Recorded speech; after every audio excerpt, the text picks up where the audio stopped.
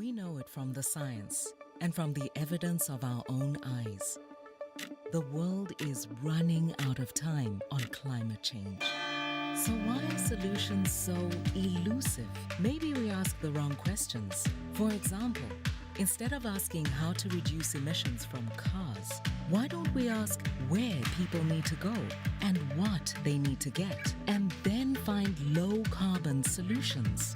Instead of just asking how to make offices energy efficient, why don't we ask what kind of space modern work requires? We should focus on what's needed, not what's currently possible. We need innovative mindsets, and we need everyone: policymakers, tech leaders, finance experts, builders, thinkers, doers, everyone around the table. The United Nations Climate Change Global Innovation Hub provides that urgently needed platform for cross-disciplinary action.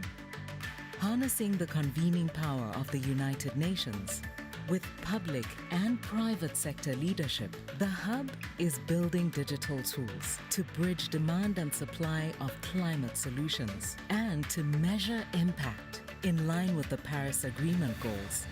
We are gathering experts and providing them space to work together in radical collaboration. Innovation is not an event or even a process.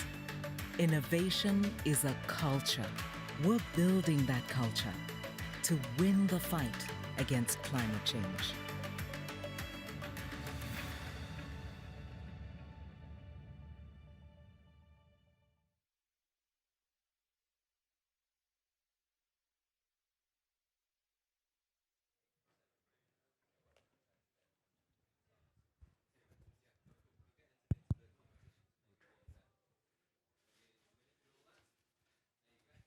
Good morning, everyone. Please have your seat. We will start in 30 seconds.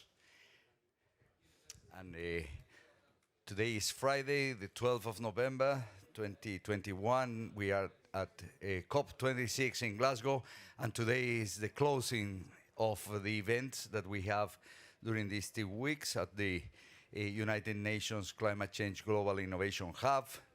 Innovative, ambitious climate solutions that meet the human core needs. To start the sessions today, we will have introductory remarks. I'd like to invite Massamba Thioye.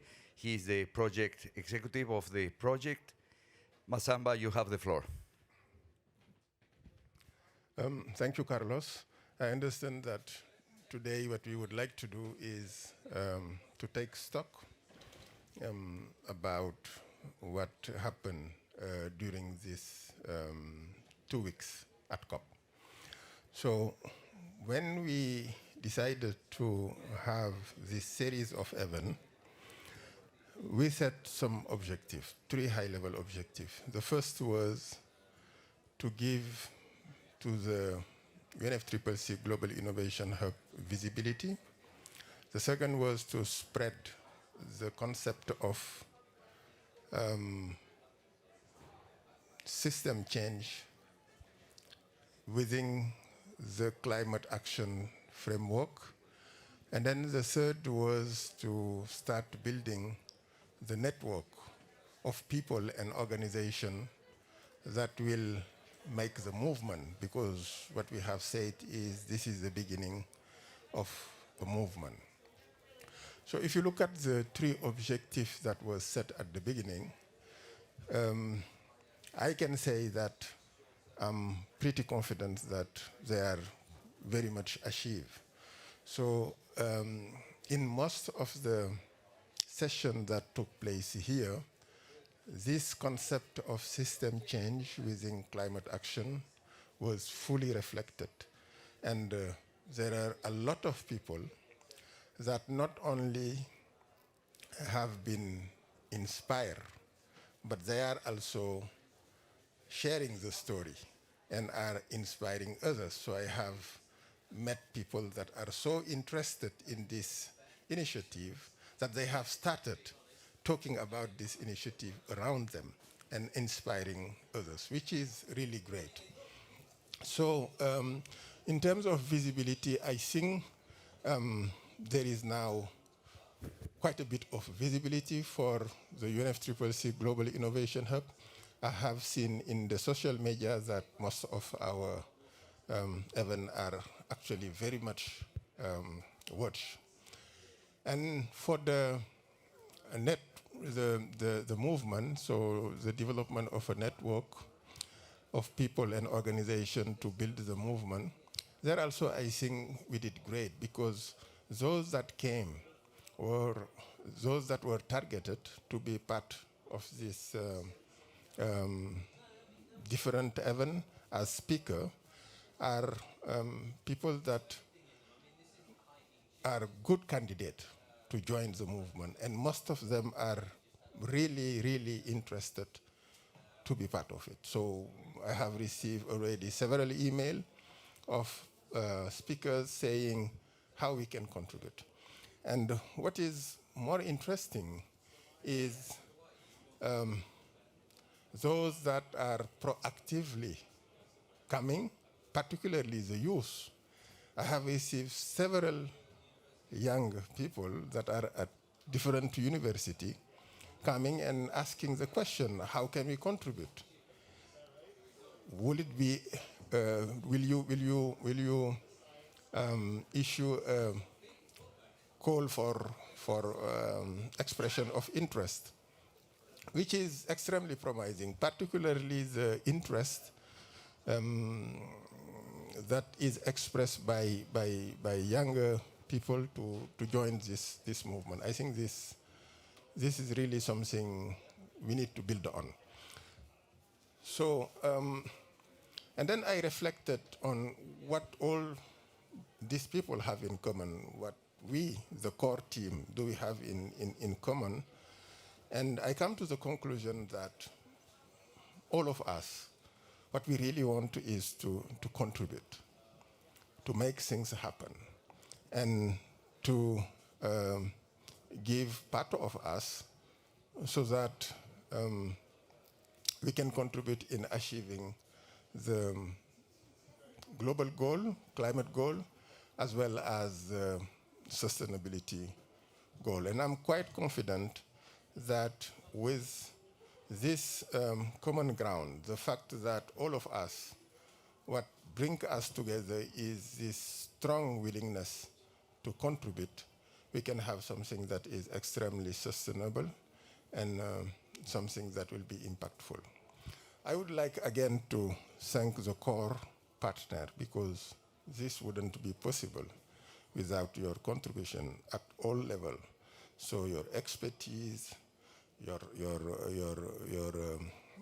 materials, logistic, and technology, as well as your financial support, is what actually made this possible.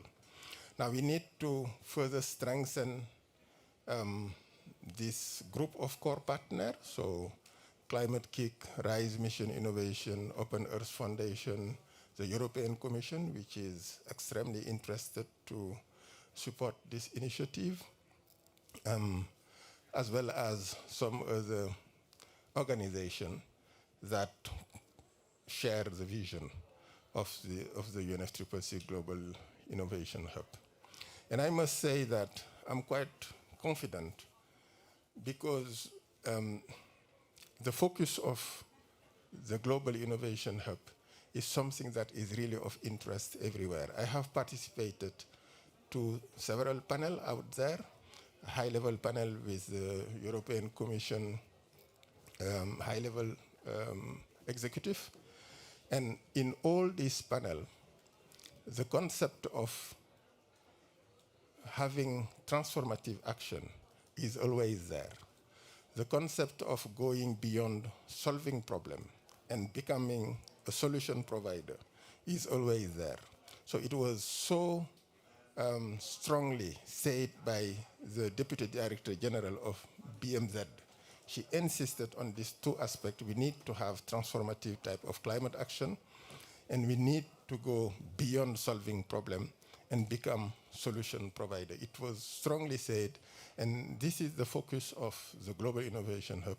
And all these things give me comfort that our vision is the right vision, and then the movement will develop, and we'll be able to achieve our objective.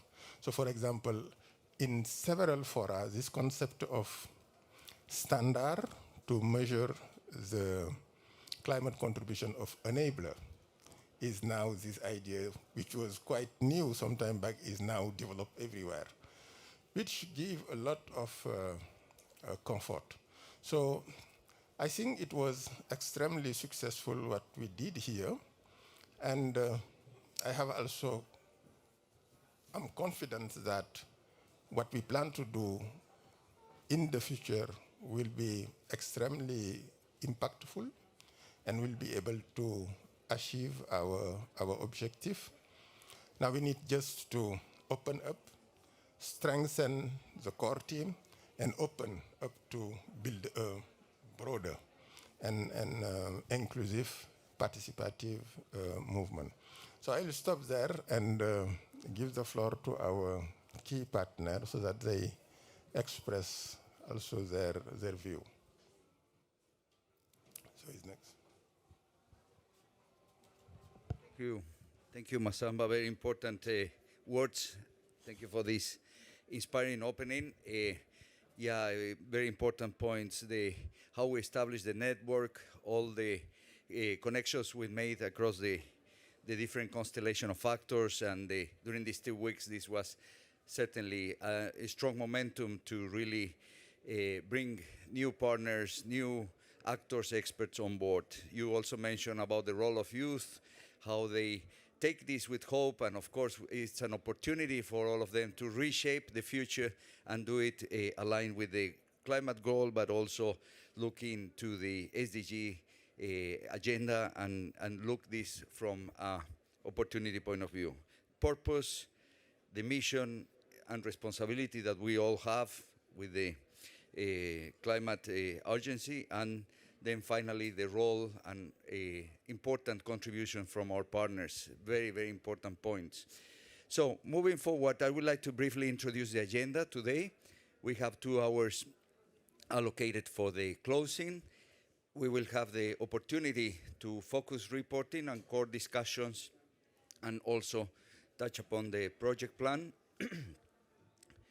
We have a number of reports based on the focus themes that we have during the 2 weeks, starting from cities. We will invite Climate-KIC, Kirsten, to do the reporting and some reflections on these topics, followed by digital finance. Open Air Foundation will take the lead. Digital for Climate, we invited the European Commission. Unfortunately, they won't be physically with us. They will try to connect, but they might be finishing some other sessions, so we will be communicating with them if they can connect, otherwise we'll send us some messaging. Important to mention that the constellation of partners also includes GCOM, the Global Covenant of Majors. They play a major role in bringing cities together, as well as ICLEI. And John Berkeley from GCOM left yesterday. He will try to connect as well, otherwise will send us some feedback that we'll be reporting. Then we have potential partners for tomorrow. Excellent job by Mission Innovation Rise, taking the lead with incubators and accelerators. And finally, some cross-cutting aspects connected to the SDG agenda and the UN for all, including youth and gender. We will have them a short video. We will break for 10 minutes and run the video meanwhile, and then we will come back with a dialogue. That will be an open roundtable with partners to reflect on the lessons learned, the key messages, some areas of concern, gaps identified in terms of the innovation gaps, and moving forward, what are the opportunities, what are the areas of focus for the project. And then we will wrap up with some action plan. We will be looking into the next step, particularly how to engage with the experts. There will be a call for experts to start establishing the working groups, the advisory committee, and then the next steps in terms of the seven deliverables that includes the platform and the plans ahead towards COP27. So this is the plan of the closing today. And with that, I would like to invite Kirsten Dunlop to reflect on cities. Kirsten, you have the floor. Thank you. Thank you very much, Carlos. Maybe I go here. Yeah, okay. So, it's been a full 2 weeks, a very full 2 weeks. So first, let me say a couple of words about who I'm representing and the role of Climate-KIC as a core partner in the UNFCCC Global Innovation Hub. EIT Climate-KIC is a European organization operating across the world in 39 countries. We support the development of innovation, incubation, acceleration of innovation, and the design and deployment of innovation in partnership with challenge owners.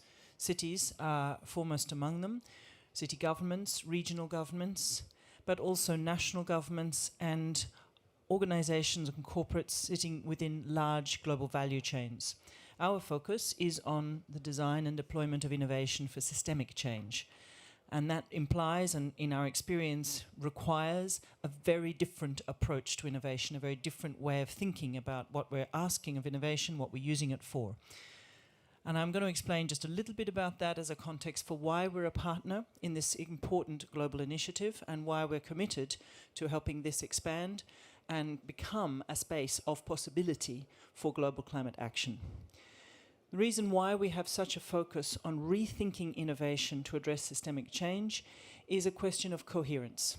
It's a question of coherence with the complexity, the extreme complexity, and the extreme complexity of addressing climate change at the scale and at the pace that we need to do so, and recognizing that at the heart, the source of that complexity is the fact that what we need to do is effectively a form of social transformation on all fronts. And when we are talking about transforming ourselves, we are talking about something which is extremely difficult and cannot simply be done through roadmaps and linear planning and a set of log frames on how to get from A to B.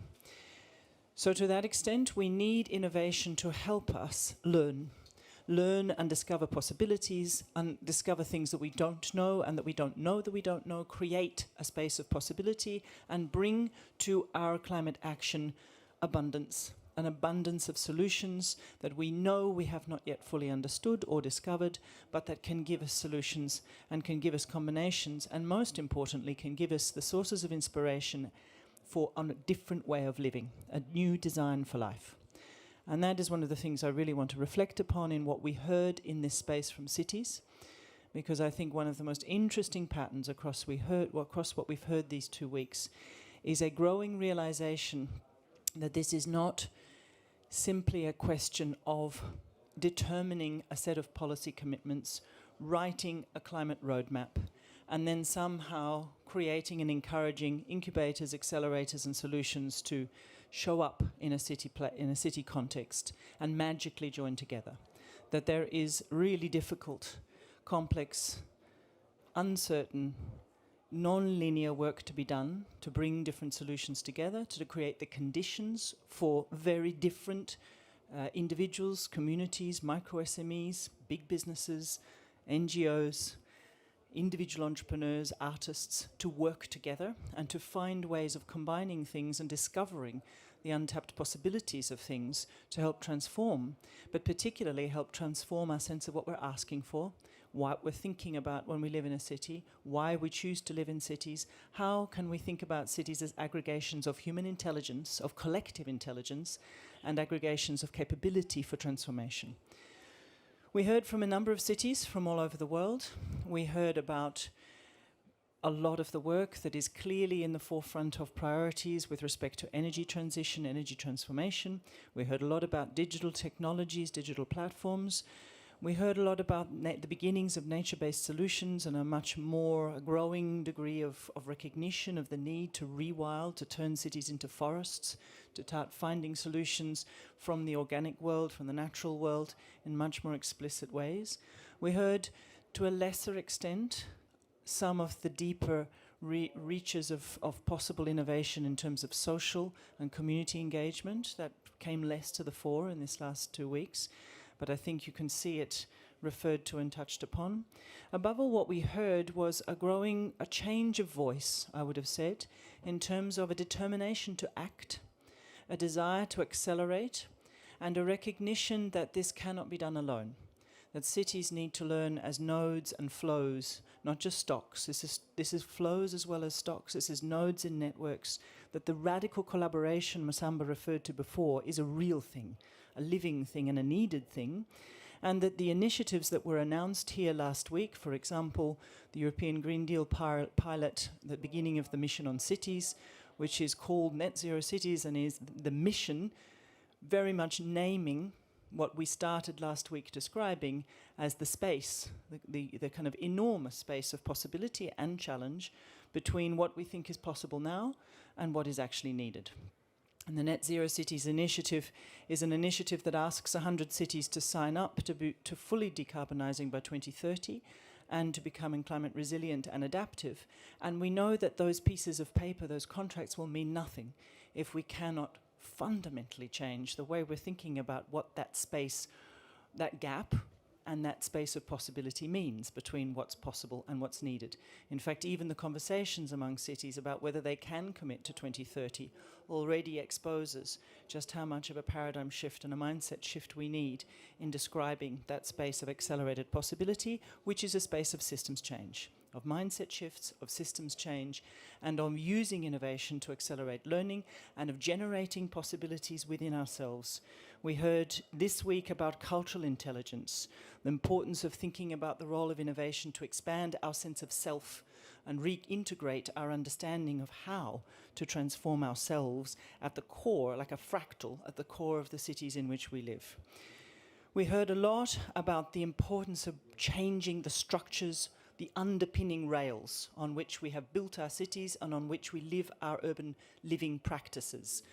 The underpinning thinking and assumptions around finance, around property, the value of property, land, the value of land wrapped up into legal title, and what happens if we completely reframe our understanding of that as a store of value that can be drawn into the present, especially if we start to think about the future value of property and land as cities determine and commit to wholesale transformation. And then we're suddenly unlocking a set of possible changes in the structures of finance, the core assumptions and thinking about the way in which we bring resource and investment into cities. We heard from every city the priority placed upon long-term partnership with other organizations in the context of the UNFCCC Global Innovation Hub, with the GCOM, with Climate-KIC, partnership with each other, partnership with communities and citizens, partnership with business. And therefore a much broader sense of what needs to be done over time and what resources and capabilities are needed to support that. And we heard more and more a set of words beginning with regeneration, remetabolization, restoration, rewilding, a sense of somehow drawing not just into a future that is different, but drawing from a past that has a lot of carbon sinks and stores to be recaptured, but also a lot of learning and intelligence and insight. So there's something about bringing into the spaces of cities an intersection and exchange between what we can draw from the past, what we can draw from the future, and together change the present. I would wish to acknowledge in the way in which the patterns across what we heard from many cities, perhaps something that is useful for us to reflect on as we think about how we take this partnership forward.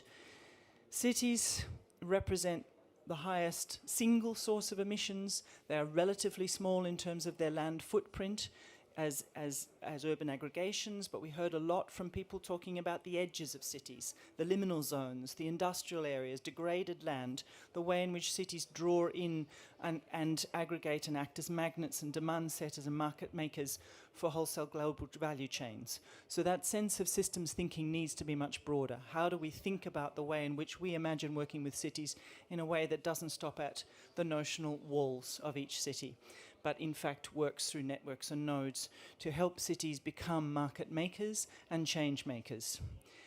And I think if we then think about what we know about cities, cities are simultaneously formal structures and informal practices and habits. the work of Michel de Certeau in earlier, late last century, which tells us a lot about how to understand what a city is. And we heard a lot about that. Walls and laws, patterns, structures, habits, and meaning.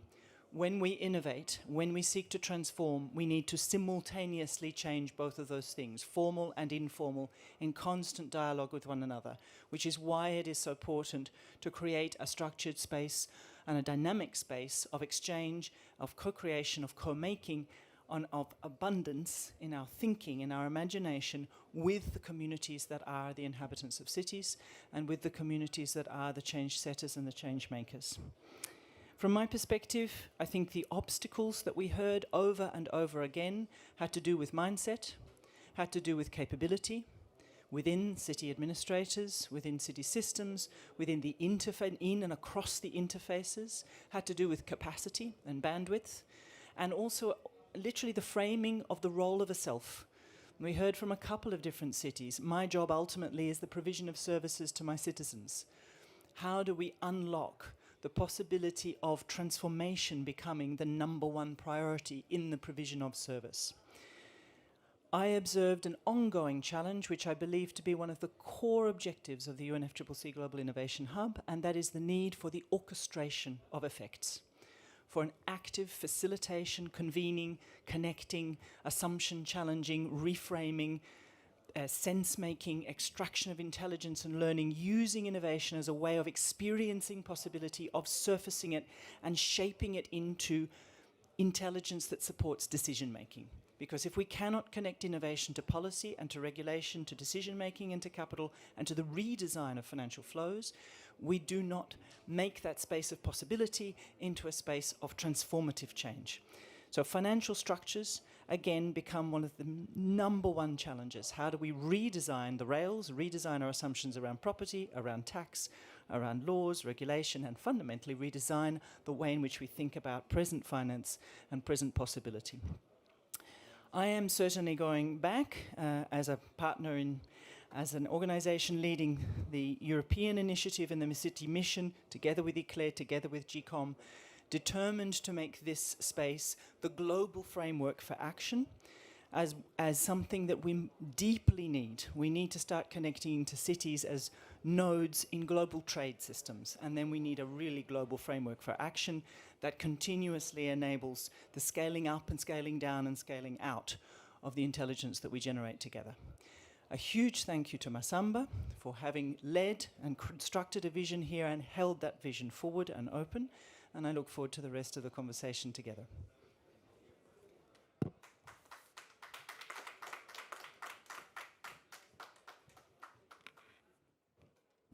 Thank you very much. That was Kirsten Dunlop, CEO of Climate-KIC.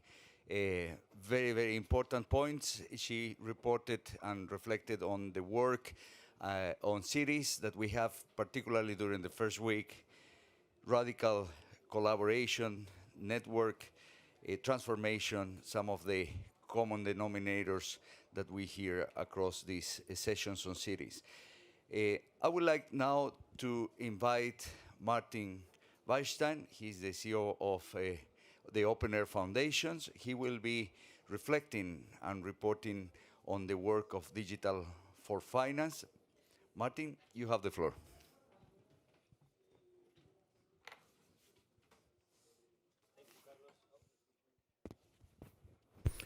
Yep. Thank you, Carlos. And we got camera on. Great. That was beautifully said by Kristen. I think it's hard to top up that amazing summary. It's been very, very amazingly intense 2 weeks. There's a lot of conversations that happened in this room. And I shared it, I think, yesterday, the power that a vision has for collective actors to come together. I think in the lead up to it, and even throughout the 2 weeks, the amount of time that we've had to coordinate between us has been limited because we had so many operational things. And that's something that we could reflect on. But what I want to point out is that whilst between the core partners and between team and the secretariat in the lead up to it, and again in the last 2 weeks, whilst that was limited, it felt like we were swarming like bees that know what everyone is doing. And that is because we all share that common vision and mission. And I think that is the seed that we planted here, is the power of collaboration, but also the power of co-creation when we are aligned. In a tacit way, we don't even have to explain what needs to be done because we share that vision. And I really hope that is one of the genes, one of the fabrics of what can carry us forward, particularly after so many years of negotiation and COP processes. We know where we have to go, and we know what we need. So I want to point out as one of the things that for me has been fascinating and a pleasure and a true honor. For the Open Earth Foundation, our mission is also on deep systems transformation, and a systems transformation that looks at the nested scales, from the Earth level to the national level or the bioregion level to the city level and to the individual level. And for us, it's been also a breath of fresh air of the holistic vision that we've created in the open space, and I think also hearing from all partners resonating with that importantness of that micro-macro connection and fractality in some sense. So I felt a lot of these 2 weeks as a sense of relief, having spent time in how do we create an innovation culture. I think the video that we've been showing has a very powerful ending, that innovation is a culture, is a mindset. And the blueprints of the mindset that we need for the transformation that's needed it's really showed up in our conversations. We haven't shied away from understanding that global system transformation also requires personal transformation. Mobilizing our mental structures is probably one of the hardest things we can do. And that's probably one of the most important challenges. So we have to reframe how we think. And I've appreciated the adamant consistency also from Massamba, framing that, asking everyone to change the way that we think. And we also, from the foundation, think that to be able to catalyze that system transformation and to help guide it, the role of digital technology plays a surprisingly important role. But we also have to look at the digital systems with that same mindset, with those same blueprints. And I've also sensed a huge relief and inspiration about how we've discussed the role of digital technology. And I know that I'm supposed to talk more about digital finance. I'll talk a little bit about that as well. But I think that the first part, digital, is very relevant because for the last couple of years, as we've been participating in COP, we've found that to be a very important gap. That it's also something that we realize about this project. When there are gaps in our UNFCCC process, in our work around COP, in what we want to see in the Secretariat, it's up to us to step up and fill it. It's not about sitting down and waiting for someone to fill the gap. I think that also is a beacon that was turned on in this project, that the Global Innovation Hub is also what everyone makes of it. And we've seen that in sort of going back to how we swarmed together to make something happen in a crunch time. So I'm very excited and hopeful about the road to COP27, as we've already had our first sort of mini sprint, what we can do when we swarm to COP27 as well. And I've said it in almost every session that my hat is off to the United Nations Framework Convention on Climate Change, to the vision of Massamba and the team, to creating this space of inclusivity, of participation, because that's I think what the next decades are about. We know where we're going, but we know that we're not getting there by pointing fingers and expecting someone else to do it. So we have to get off our seat. We gotta walk the walk. And for us, it's been an honor to try to as much as possible fill that gap. And in many ways, we came to the COP with two goals. One is to be able to create a vision of what's possible in the innovation space, what is possible for a UN organization to create a new vision for what a digital platform, how digital finance can integrate pieces that are normally historically not part of a platform. When I show the prototype for the virtual hub, the first thing I mention is the distinction is that at the top right you have a button that says sign in. That is not something that a UN platform normally has. And what that means is the Global Innovation Hub is actually inviting you to participate and to play a role inside. So that is a totally new paradigm. We know it because we use apps. We sign into things almost every day. We use tools every day to get a cab, to find a restaurant. But what are the digital tools? If we have so many digital tools, how are we leveraging them to meet the global coordination for matching the solutions that are out there with where they're needed? And in thinking about digital finance, because of spending time with high-level international finance space, they often say, well, we have a lot of funding, but there's not enough projects. And there's a level of frustration from that side to keep listening and hearing that. And that is because of coordination. It's because probably we don't have the right level of tool sets to connect that finance to the projects, to ignite those projects in the context of that systems transformation. So the first part was, yes, it's possible to take the cutting edge know-how of the digital world and provide those tools openly as from the UN Secretariat.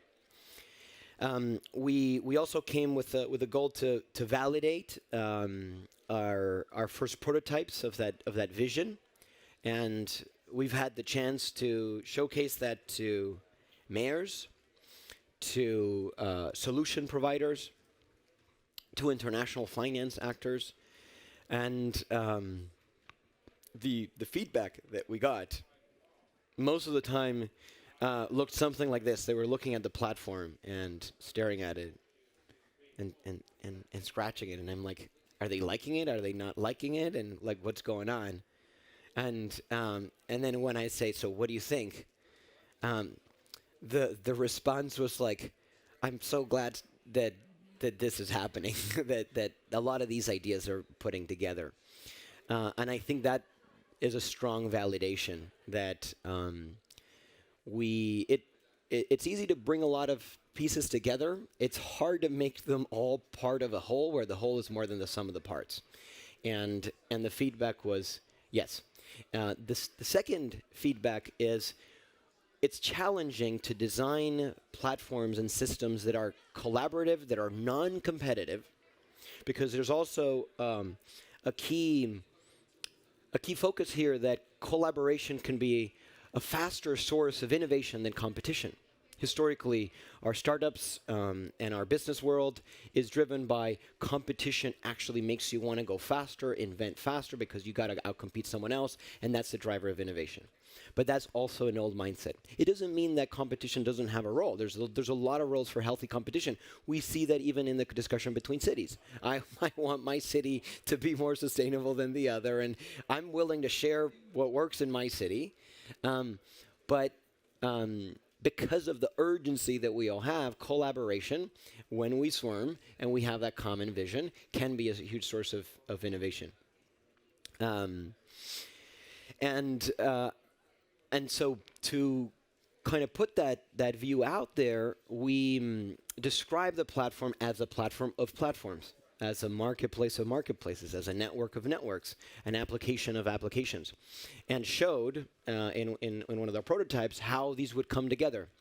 And the feedback that I got also was, it was a sense of relief. Relief that this was not competing to what they were doing. Because that often, if you're a solution provider, if you've been working on connecting cities and creating models for cities and trying to do what is being proposed at the Global Innovation Hub, because let's face it, it's not the only project that has that vision, right? But it doesn't compete against other projects that have similar blueprints. There's a sense of relief of saying, like, there's a role for what we're doing within this platform. And I think that is also a very important ethos of the project, and no better place to park a project like that than the UN, where everyone is invited, and all of the digital tools and applications and data provisions, etc. And another goal was, well, we had to put out the vision at COP26, and then we needed to make sure that the resources to make it real, to build, because in some sense we designed the blueprint of the building, but now we have to go into building it, into constructing it, and putting the blocks. That's often the hard part. And so the amount of resource mobilization in terms of partnerships, in terms of collaboration, in terms of financial support, COP26 also had to play a role on that. And also the sense that we got there when we put out the vision is, if this works as we put it out, research should not be a problem, because what we're proposing is if we look at what are the discussions around our negotiations, our broad climate discussions on mobilizing $1 trillion into our economy and transforming cities, we would be doing that, pushing the finance into the system in the dark. We don't have a compass. So what we're proposing here is that compass, is how do we trace those trillions of dollars through the economy? How do we ensure that they land on projects on the ground, not on equity in a portfolio company or things that perhaps does not necessarily move the needle on projects on the ground, but that those projects on the ground are part of that holistic systems transformation that's needed. Otherwise, we will have thousands and thousands of projects for the next decade, but we won't have our emissions because they are not conceived within that holistic view. And so that was another resounding feedback of we got to give it all we have and all we can, because it's a key part of how we're going to navigate the coming decades. In terms of digital finance, we also had a chance to discuss with international finance actors, show them the vision and show them the platform. Of course, from their view, the story starts on the finance side and works backwards. We tell a lot of the story from innovation has to fill the gap from what is perceived as possible, from like what is needed, and from the importance around connecting our supply of climate solutions to our demand of climate solutions. But it's that third part, which is the enablers, policymakers, but also the financiers. From their side is, what this is helping is templatizing and managing the risk of our of how we deploy the capital. And so we scratch the surface but there's a lot more work to be done there.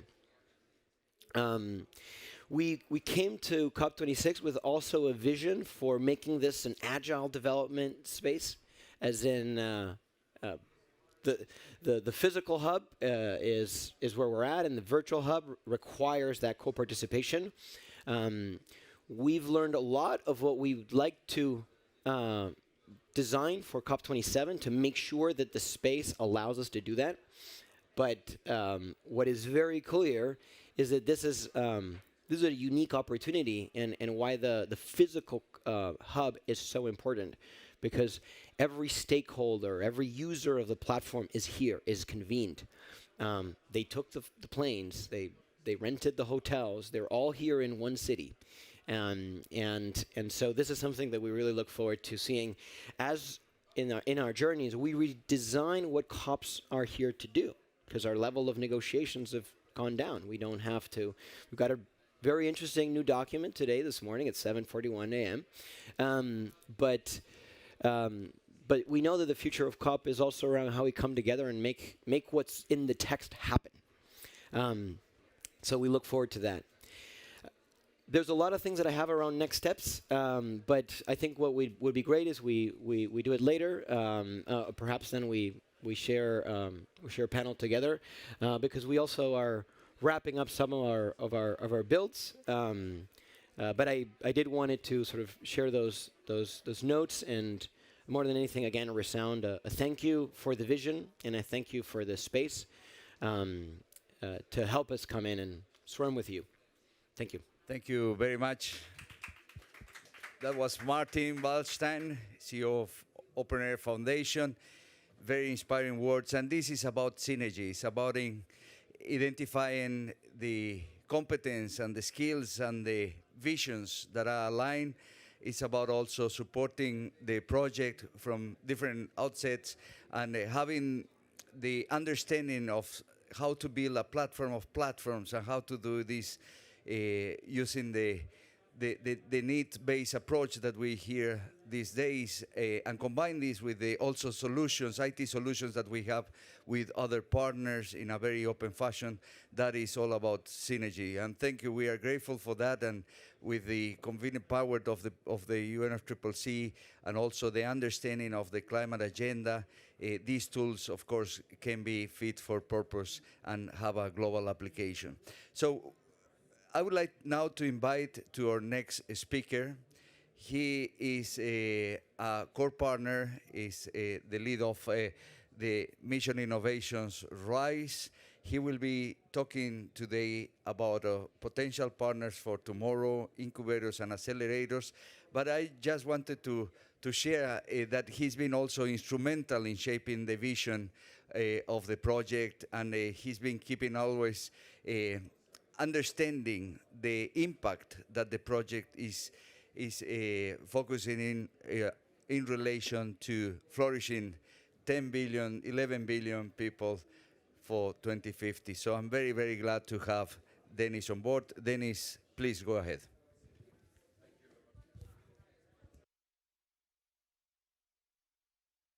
Hello. Hello. Thanks for those kind words, Carlos. And of course, I like to echo what everybody else has said. Your work, Carlos, Silvia's, Massamba, everyone in the UNFCCC's team has been absolutely fantastic on bringing something together on a pace and a scale that we're not used to. We're operating on a way, and I hope that will continue, that we really work on an accelerated pace. Just some sobering thoughts. I don't know if you heard this, but blah, blah, blah. I think we should not forget that the people outside, I'm going to speak on the theme of partners for tomorrow, the young people, they have seen this process going on for more than 26 years. And their summary is still blah, blah, blah. So it's a bit of an interesting conflict we have here, that we really try to do something new, but people have heard people with great ideas, with words, statements, great ambitions, and we've seen them here also. Initially, people react and say, this is fantastic, And then you look closer and say, maybe after 2040, maybe. So what has actually happened? And when I was at the high-level panel the day before yesterday, I just asked, how have the market reacted? Or how has the outside world reacted? We had the Web Summit in parallel. We had China Import-Export Summit happening in parallel. Climate is still not really part of the core conversation. So I think it's very important when we're running around here, it's so easy to get such a skewed worldview that, oh, this is really happening now. People are engaged. Now, climate is really at the center of the agenda. It's not. We would not be in this situation with continued accelerated emissions if that was the case. We were talking, and I have not heard many people talk about Build Back Better, the new green investment. That was the idea with COVID. That did not happen. Now we're going to have record emissions. So all these great ambitions, all these great statements have led to pretty much nothing when it comes to actual carbon emissions. So I just want to have that a little bit of sobering thoughts in terms of people are positive. For me, that's sometimes not a good thing, because that means that people feel comfortable. That means that it is not threatening anything. So I'm also curious about who feel threatened, who are getting nervous about this. Because if you look at any transformation, if you look at anything, it doesn't need to be good, but something that transforms something, you have people getting worried. Worried because the transformation will be significant. So if you do something important, that's not a bad thing. You need to think about transformative change will hurt people if you don't do it very carefully. So as long as people just say, I like this, I think this sounds very interesting, etc., I'm also a bit curious if that means that nothing really will happen from their perspective. So how do we find this balance of being inclusive, but also actually deliver something? And that's really where I think the next steps will be very challenging. And I was thinking about this also because I really like what Massamba has been really key and pushing. It's not what's seen as possible, it's what's needed. And I was thinking even with the language here, innovating ambitious climate solutions that meet human needs. Maybe it should be innovating the climate solutions that are needed instead of just ambitious. Because everybody say, yeah, it's ambitious. But it doesn't matter if you're a polluting company saying, we're really ambitious, we do this. So it needs to be related to what the planet and people needs, not how we perceive things. And that's sort of my core takeaway here is still that it's so much of a bubble here. People here likes to talk about things, commit to things that doesn't really hurt. Change hurts. If you do something, if you're developing as a person, it hurts. But that's not necessarily a bad thing. That means that you're evolving. And we need the same recognition in society also that climate's not a win-win-win. It's not just going to be smooth sailing. It's going to be hurtful, but it's going to be a better society we build. But some of that we're going to leave behind. Some companies are going to suffer during that process. And we must make sure that the people, the workers, are not suffering. But we also need to let the new things bloom. We can't just have, and I think for us, maybe some of the things we should think about is just having an index. How many people that are on the stage have been there many times before? How many people that stand on the stage sit on multi-million-dollar companies, and how many are startups? And think about going back 30 years, and who are the ones that we should listen to? So, just on the concrete things then, I think it's sobering thoughts, but it's been fantastic also. And I think what I'm mostly glad to feel is all the people that's been virtually here. Because it's about opening up to the rest of the world. 99.999% of the solution providers will never be at the COP. And they should not be at the COP. We should help them there. But I think, if I'm tough, I think 90% of the people at the COP might be part of the incremental part still. Might still be in the way of, offsetting a bit here, having a bit of commitment here, but the old way of thinking. I don't know how many of you have been here for a long time, but that was the whole idea initially. The Kyoto Protocol was about starting to do something small. But most of the people that are here, they're from that time. We should start some symbolic things to see where we're going. But now we're opening up for the next generation, where we're actually going to build a society. We're actually going to have a global transformation towards net zero. And some of the things that I think is we need to be a bit better on really have numbers that show significance. So some of the things, I just read up this really quickly now, sort of try to get a little bit of a summary of some of the highlights that I got excited about. Network of incubators and accelerators. To get at least 50 incubators and accelerators delivering more than 1,000 startups and the first 12 companies willing to support those, and have a gigaton of emission reductions coming to COP27. So on the scale that the normal traditional commitments from the polluting sectors that need it also, but we have a solution agenda also. So the solution providers are there. Network by city competitions and public procurement innovation projects that covers 25 cities and 5 million citizens with need-based 11 billion framework for a 1.5 compatibility that are supporting this. So a clear matchmaking with not cities doing the normal things. I think we have, the platform from Open Earth and others that can do this sort of more traditional matchmaking, but really trying to we had an event with competitions where people really try to explore new ways and bringing out new things, because the traditional ways of working in cities are very long term, and that excludes a lot of people that are startups and others that do that. So how do we find a way to bridge that gap? And most of the innovation initiatives that are long and beautiful, European Union, China, US, it's usually the large organizations, lots of paperwork. Many of the small startups and innovators can't join that or are not interested in joining that because it's so large scale. Not bad, but we need something else as well.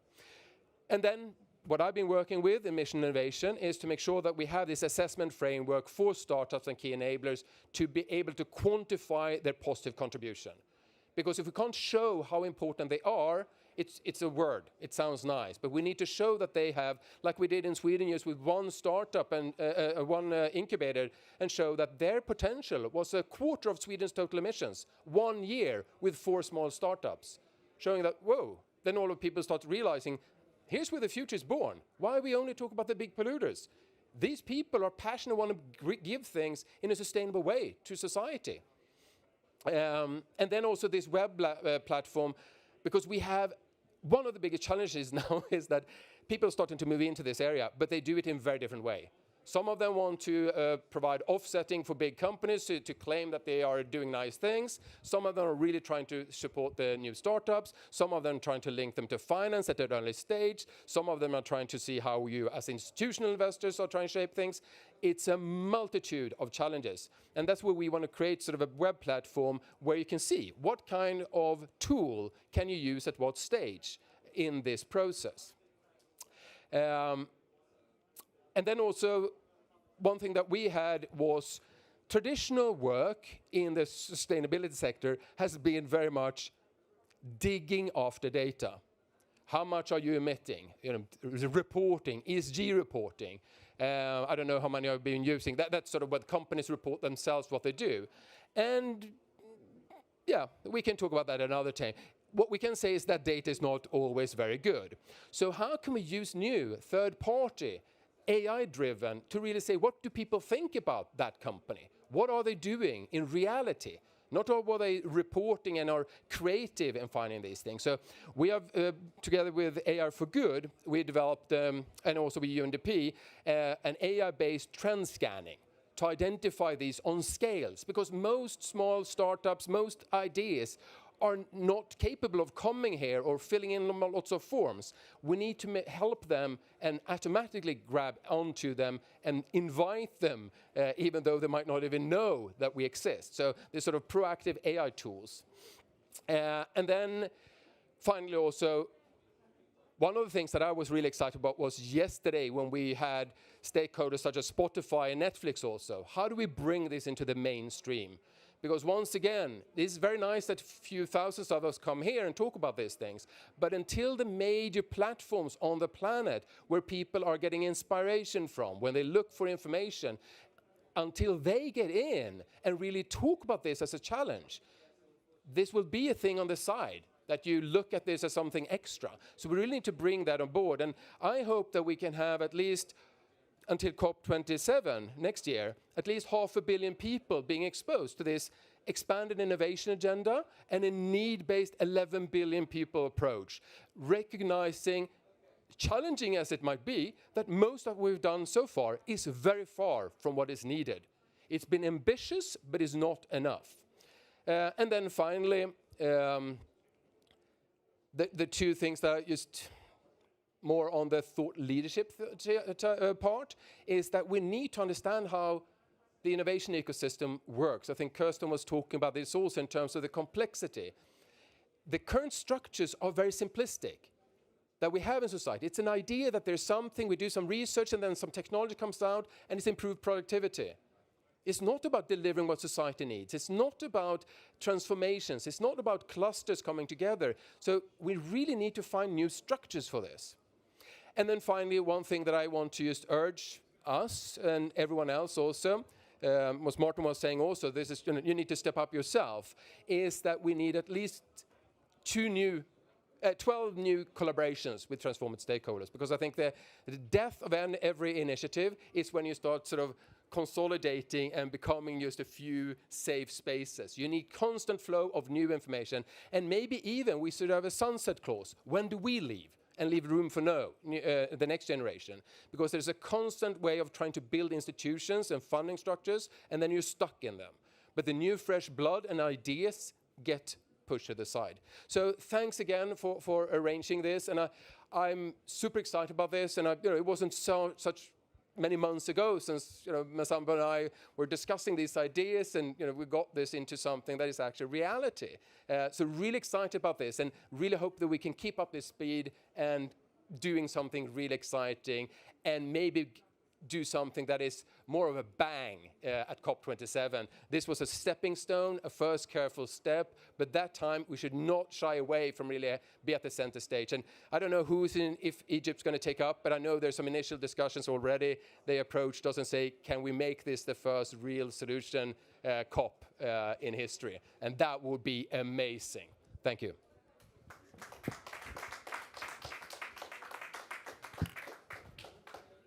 Thank you, Dennis. Very inspiring words, and it's about systemic change. It's about vision. It's about understanding what people out there need and how can we get there. Thank you. We have a report on digital for climate, and we have also some reflections on innovation for climate change and the SDGs at the UN, including youth and gender. It's a constellation of different messages that we got from different themes. I would like to invite Massamba Thioye to reflect on those topics on behalf of the European Commission and also partners such as GCOM that unfortunately were not able to be with us today. Massamba. Thank you. So I will start from where Dennis was concluding, saying that we need to have on board the culture industry. This is very important because for me, when it comes to digital and climate, the key message I took from the series of events that we have organized came from actually the event that you have organized yesterday with the culture industry. And it was really very informative and inspiring. What the slide that was in front of us showed two exponential. An exponential of raise and an exponential of collapse. And what he was saying, and I like, it's why having the different perspective is really important. And what he was saying is we are at the crossroad. We can leverage the industry of the fourth revolution, use it for climate, and follow the exponential of raise. Or we do not do it, and then it's the collapse driven by climate change. I think this summarizes exactly where we are and the importance of digital for climate. I think everybody recognizes that digital is needed, and the digital transformation should be leveraged to accelerate the green transition. And this is why everybody now is talking about the green digital twin, because these two need to be considered together. And why is it that digital is important for climate? This is because the type of transformative climate action that we need, most of them cannot be implemented if they are not supported by digital technology. So if I take the example of two key transformative type of climate action, one is the disruption of existing carbon-intensive value chain by new products and services that have low carbon footprint. This most of the time require digital technology. Think about streaming of music that displays the need to produce CD. This kind of climate action can only take place if you leverage digital technology. Another example is enhancing the circularity of our economy, recycling, avoiding waste. Most of the time, this type of climate action require change, requires the support of digital technology. So we can provide a lot of examples. So for example, for the satisfaction of the core human need of nutrition and health, the development of new food and beverage product is done leveraging ingredient informatics. You can think about also mobility as a service, which is reducing the carbon footprint of mobility. There also you need a lot of digital technology or 3D printing of wood-based bulk material for construction. Here again, you are reducing the carbon footprint related to the satisfaction of the core human need of shelter.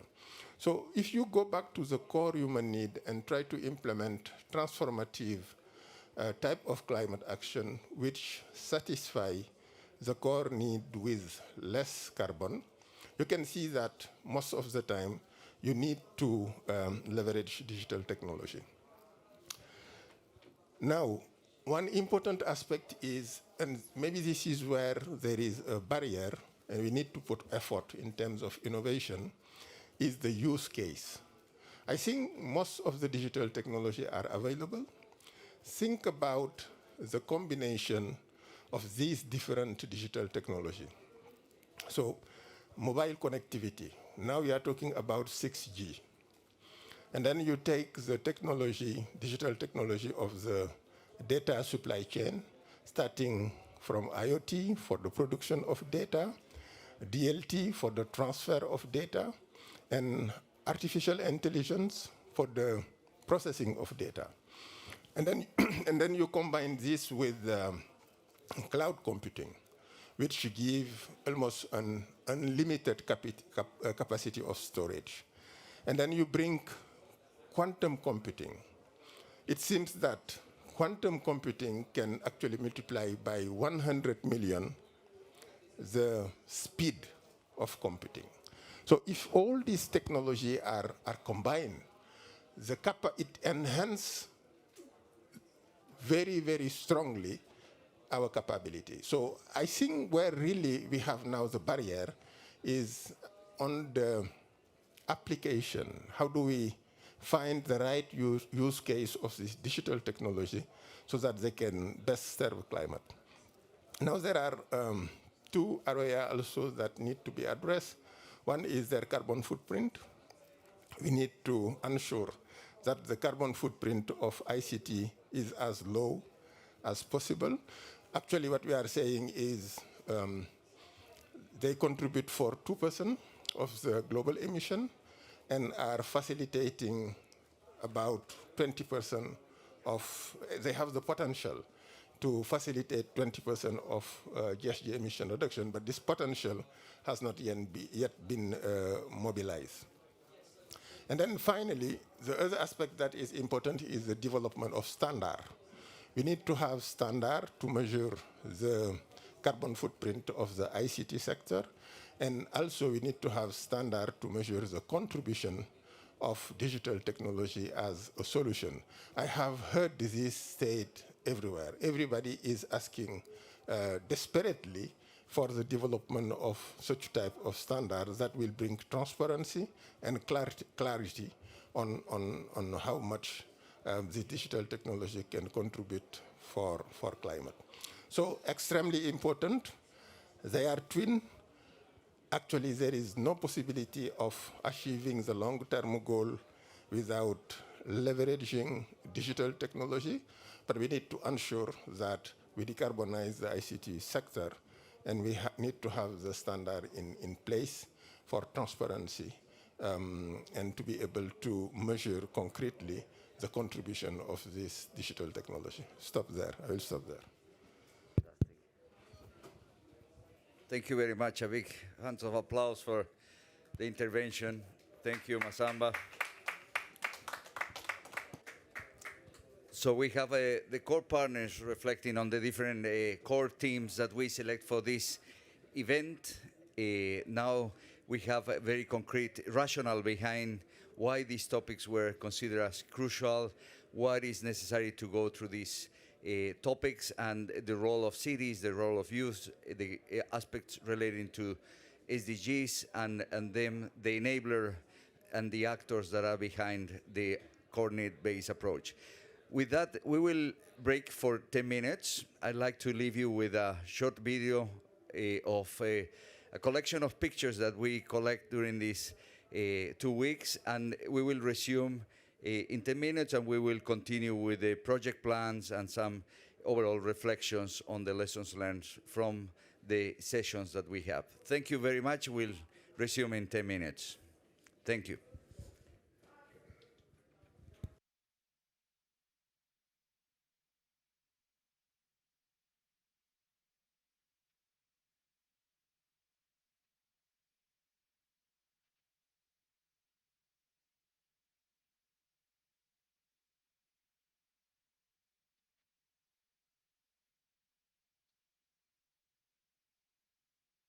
Exactly how you hear it is exactly how it all went down.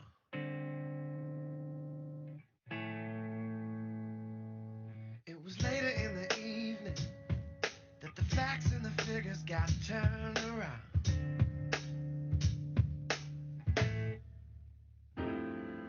True, there was a woman, yes, she did advance my way.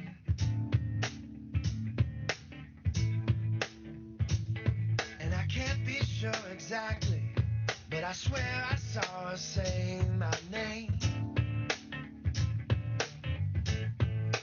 It was the right time. She was the real thing. I had to walk away. See, don't wanna be stitched up, out of my mind, feeling strung out, lagging behind, all trapped in, can't do a thing because I'm locked down. Stitched up, feeling the burn, all strung out, I finally learned that trapped in, can't do a thing because I'm locked down. I wonder where she came from, I wonder where she's gotta go.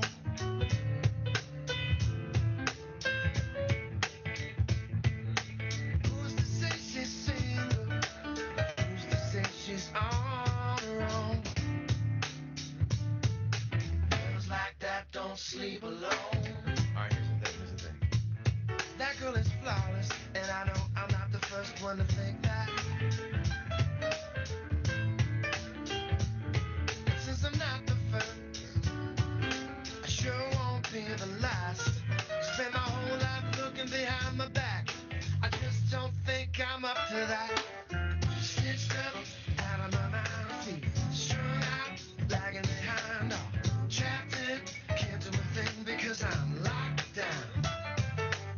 Stitched up, feeling the burn, all strung out.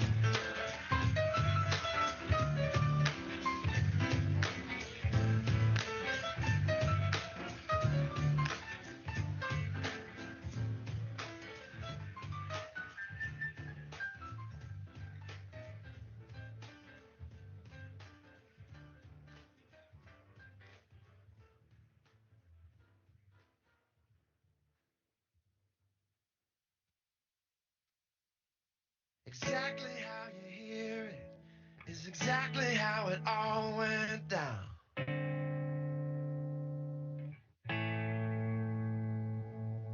It was later in the evening that the facts and the figures got turned around.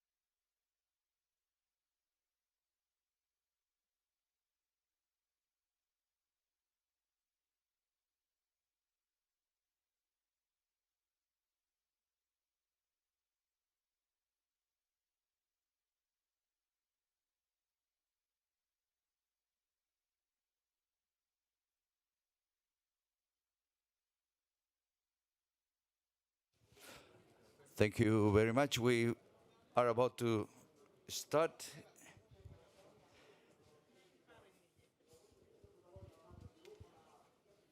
So I'd like to invite the partners to have a seat.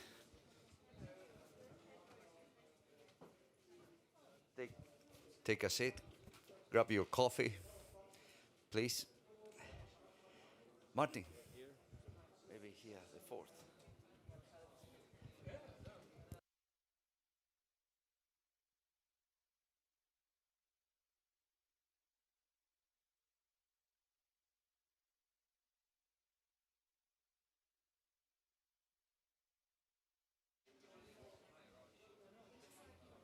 Thank you. I would like to invite Kirsten and Dennis to have a seat.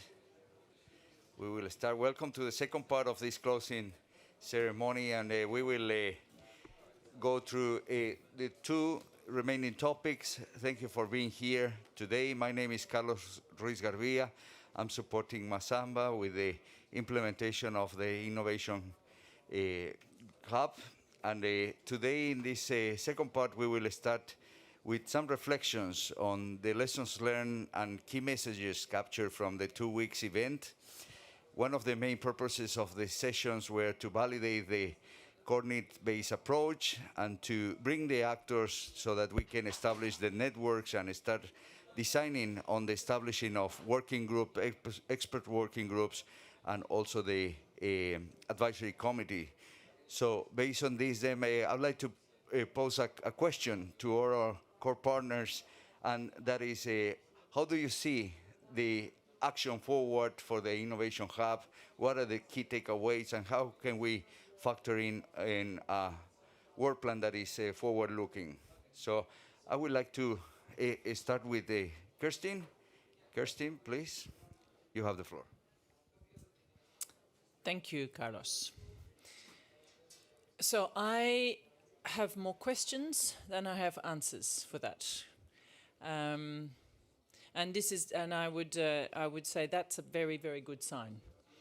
I think anything at this scale and this scale of responding to need needs to really stay very closely connected to a lot of questions constantly. So my questions are: how do we make this real?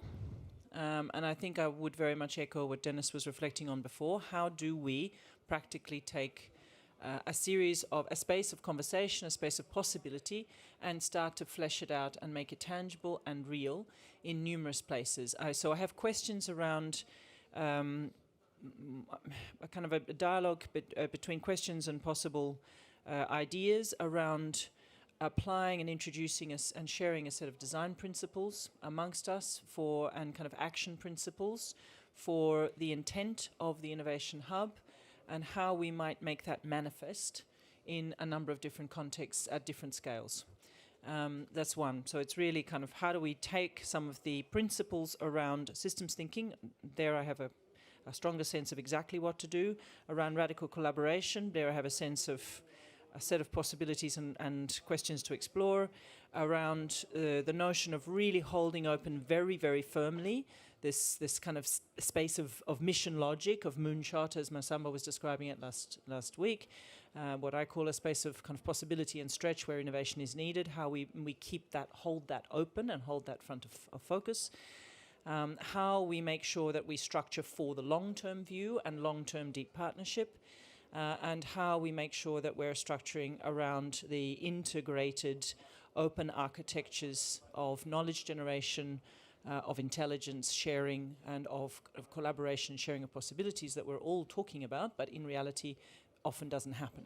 So I think I have questions around how we're really operationalizing that. I have some, I think that's a lot of the dialogue that we need to have. I think there is a question for me around, when I think back to one of the catalyzing conversations that I experienced that led to this partnership, it was a question to the UNFCCC about what the UNFCCC's theory of change is, and how we might kind of respond and think about and I'm holding the theory of change very, very lightly as not necessarily the way in which we achieve actual change, but it's a question to ask ourselves. So I think I have questions here around how we structure relationships that don't sediment and solidify and stop us from continuing to be extremely creative and exploratory with one another. So we need design in the nature of the relationships that is inherently mobile, is inherently adaptive, is based on some deep trust and open, transparent intent to collaborate and keep sharing and keep working and building and generating on each other's ideas, rather than dropping back into the competitive dynamics that structure so much of what we are all doing. And I have a set of questions around how we leverage what is a global framework or a global platform for action into something that starts to catalyze a different quality of conversation with the institutions at every level: financial institutions, political institutions, economic credentialing institutions. And this is because I'm really trying to ask in my own mind, how can we use this kind of initiative as a really sharp thorn in the side of a horribly compromised process of negotiation, a very, very uncomfortable, sharp thorn in the side. And that leads me to the reflection I was kind of reflecting on last night, thinking, just walking around the city and looking at what is day 9, 10 and 11 in the COP process look like. Where and how do we turn this into the movement of moments, local, community, youth, unusual actors, arts, media, culture, digital moments all over the planet, and this becomes a kind of network environment that is giving them a constant connection to each other, constant streaming, constant ideation, constant kind of courage building, and therefore a voice that feels a hell of a lot more like agency and a lot less like kind of frustration from the outside. So these are questions I have for myself. From my perspective, we are an organization absolutely committed to prototype, experiment, build, test, push, make some of those things happen, and try really turning that into all sorts of actions and learning events that we can then institutionalize and formalize into something more concrete that builds the architecture of this. Thank you so much. More questions than answers, and this is very positive. And so we will take notes of this and see how can we leverage onto our planning moving forward. I would like to now invite to Dennis to share his thoughts. Thank you. Well, I like to think backwards in terms of, think a year or 5 years ahead and think about what we want to see there. And for me, there's a couple of strands. First of all, I think a key part is to deliver actual results by COP27.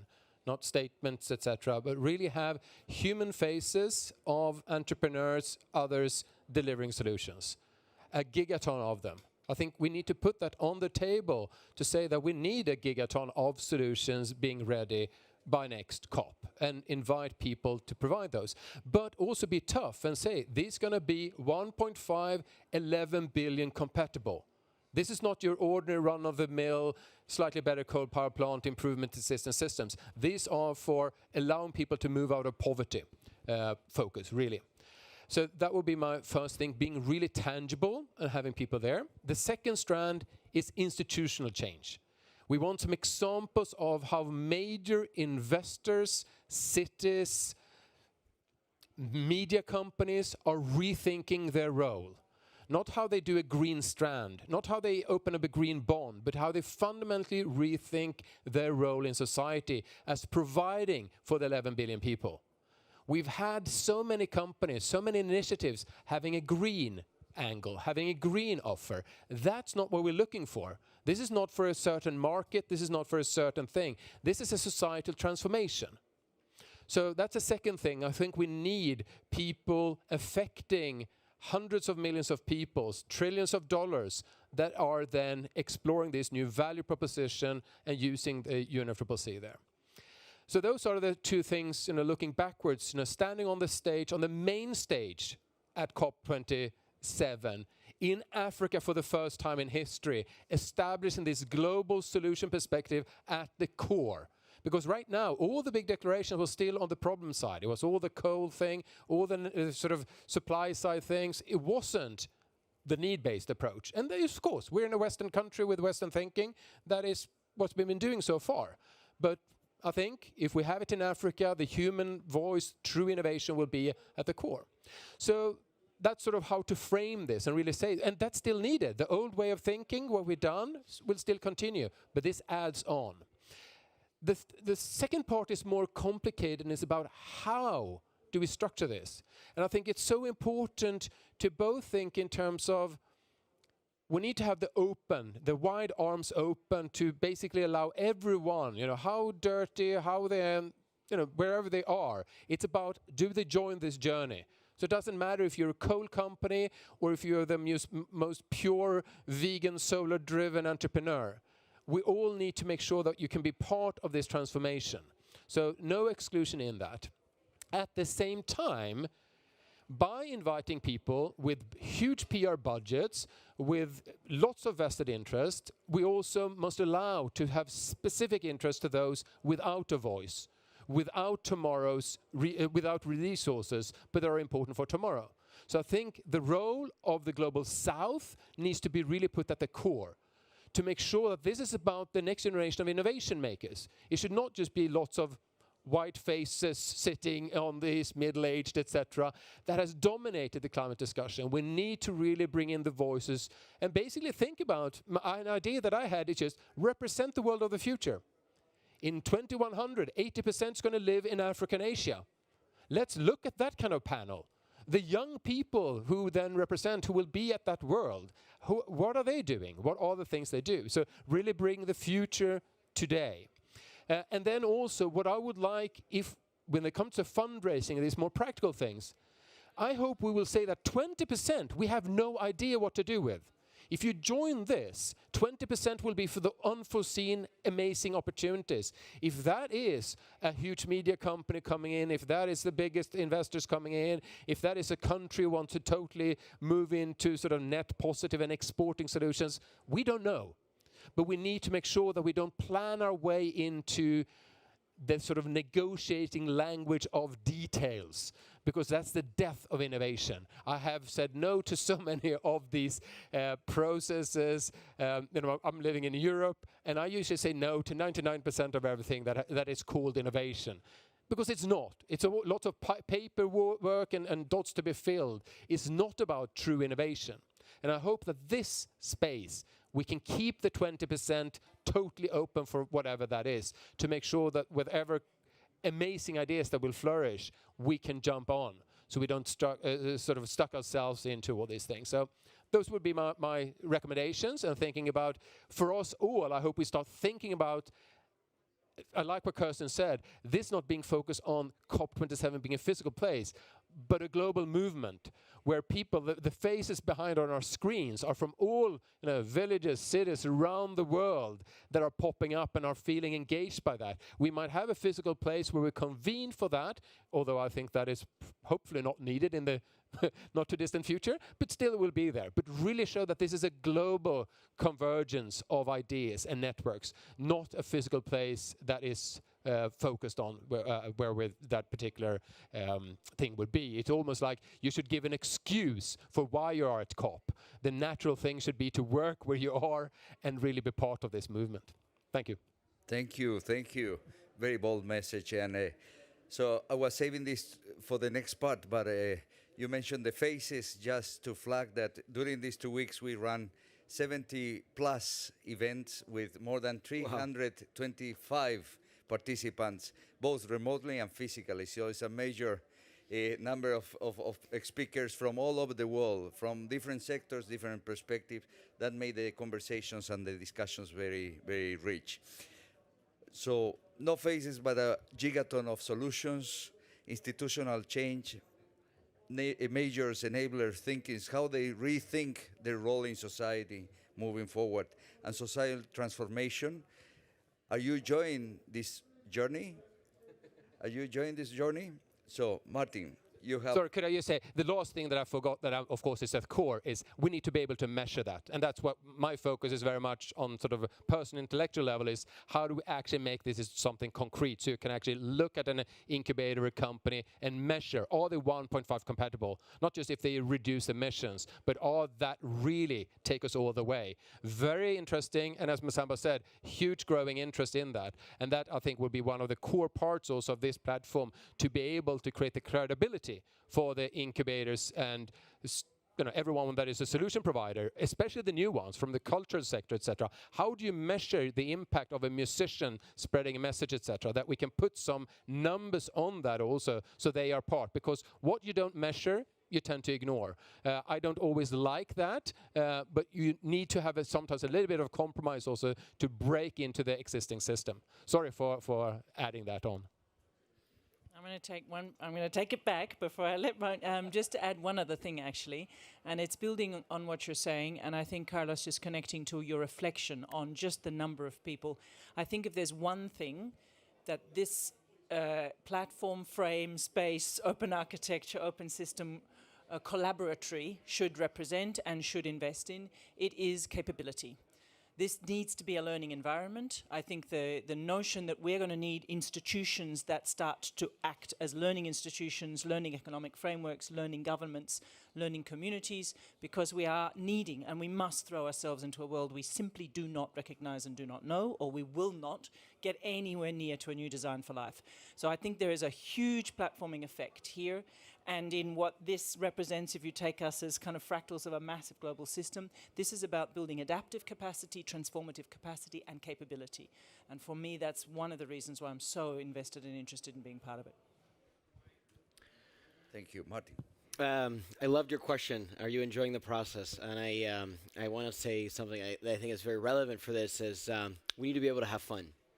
It's part of the innovation process. Is when we have fun, we actually have an easier time of mobilizing our mental structure. So it's important to be able to manage the tension, but I have been enjoying the process, and I hope that we continue enjoying the process and we bring in that joy to the work. The challenge that we face can be very daunting. And then sometimes it's hard to wake up in the morning with the burdens, but that's part of what we get the joy to do. So I would love to invite continuation of that. In terms of the road ahead, for me, there's 3 words. Let's start building. With my architecture hat, I was doing the analogy that we brought here the blueprint. But now we have to start building the building. Not everything in the building is fully planned, and it has a property that you design as you go. So it's kind of like flying a plane and building it as you're navigating it. But we do know is that the building is going to be built, and we need to give it a try, and we know where it's going to be laid out. So if before was where in the city we have to build the building, I think we've defined that. So we're ready to break ground. And to do that, we need to get our coordination mechanisms to have an effective way of building in an open way as we go. So what I think very important is consolidation of a digital team that constantly is working on the virtual hub, for example, a team that's also looking at COP27. It's very important that we've seen the level of experts that we've been able to convene over the last 2 weeks to turn them into work streams and working groups that can convene. This is a highly complex topic because we're managing multiple different core needs, and we're dealing with climate solutions and financing. So we need the power of those experts, and the importance of how those working groups are designed. That's something we need to start road testing, and the pilots. So we've also had a huge interest from the cities that say, I want to be part of this. I want my city to be a testing ground for this. So the road to COP27 will depend on the ability to properly coordinate between a team that's constantly building, the group of experts and the constellation of experts that help us give feedback on how we're building and how we should be building, what should we consider, and the pilots that give a level of information that the experts sometimes can't give, which is what happens when you test it on the ground. We need to feed back from that. And that agile process is key. Because to set expectations, I don't think we get to COP27 with everything fleshed out in a building. We open the door and everyone's invited and the windows are there. But what we have to show is the process that we've learned through it. So I think that's a big challenge ahead, that we start working on how we coordinate with that, and that we were able to bring the level of cadence to the dialogue and the coordination that's needed. So those are the things that are kind of in my operational mind. And then there's a fourth part, which I think Dennis alluded to, which is a building team, the network of experts, and the pilots. But then the fourth part is the rest of the world. Is how do we also open up to anything that's happened between those three constellations are also open and people can see, and because we might all have blind spots. And so we need to be able to constantly leave the door open for that. And how do we do that in a way that's effective? I think that's also a nice challenge. But we have to do it. That is also our commitment. So a bit operational, but and like I said at the beginning, having fun in the process. Excellent, all having fun. Just a little bit of a heads up, we are following the Prince 2 methodology for this initiative, so we take really seriously into account the lessons, adjustments, improvements, adjustments, and so we are taking these needs and the messages that we are receiving from the actors very seriously, and it's a first of its kind pioneering platform, so it will be, of course, a journey, an interesting journey to continue adjusting as we learn more about the needs and demands from particularly from city, but also from other actors. So I would like now to move to Massamba Thioye, some reflections, and maybe if you can help me to wrap up as well this session. Thank you. No, thank you, Carlos. When you are initiating something like this UNFCCC Global Innovation Hub, collaboration is something critical, radical collaboration. And the sequencing of your collaboration is also extremely important. With whom you will start, and then who will come later. I think at this point in time, I can say that we have been successful in selecting the right partner at the right moment, because the challenge is always at the beginning to be with those that have the same vision, that have the same mindset. And for us, it was very important to have with us at the beginning partners that have system thinking, that understand the need to have system change within climate action, that have moonshot way of thinking, and that are change maker, that do not hesitate to challenge their environment and not just being in a reactive mode.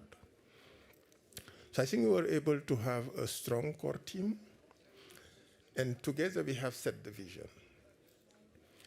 And then from that vision, one important thing that we did also is to have a backcasting normative scenario to identify what are our leverage points and the action that we need to undertake to get to the vision. So I think for COP26, we did the right thing. We were able to identify the right action and the right leverage point to start making the ball rolling. Now, the next step, what is really important, is to identify the next milestone. So now we need to have a forecasting exploratory scenario that will give us at the same time the theory of change now, with some important milestones starting from COP27. So what is really important here is to be able to have the bigger picture, the longer term perspective, and at the same time being focused on some short-term objective like COP27, what need to be in place by COP27. I will conclude by saying one important aspect that really for me is at the heart of what I consider really important when it comes to climate action. We need to understand, but I agree this is extremely challenging, this is extremely complex. We need to understand better what are the motivation, what are the key levers that will make people act. We need to be able to empower them. We need to be able to enhance their capability, and we need to be able to incentivize them so that they act. For me, what will measure the success of this movement is its capability on delivering solutions that will enhance the power, the capability, and the willingness of the climate actor to implement action on the ground. Stop there. Thank you very much, Massamba. So we will move now to the next sessions. I guess that was an important wrap-up. And I think what makes people motivate to act, this is a key message. And of course, we will make sure that the summary report from these sessions will be publicly available. We will publish it onto our portal. Make sure that also these videos that we have collected during the 2 weeks will be classified and made them available. And you have all the strong messages from the actors and the key partners collected there. So I would like to thank the core partners. It's been really a fantastic journey until COP26. Really, we learned so much during this couple of months before on the preparations and getting the perspectives, but more importantly, the synergy, all the knowledge, skills, and experiences from very, very strong partners. So we are very glad to have to this point where we can really report on the outcomes and the way forward. Thank you so much all, and we will continue now shortly with the next session. Thank you. Thank you. Thank you. Thank you.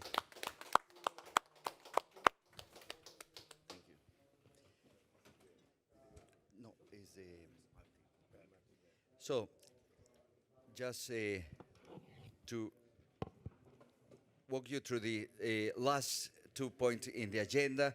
What we will do now, we will start looking forward on the next actions, the action points, the planning that is coming in the short term, medium term, long term of the initiative.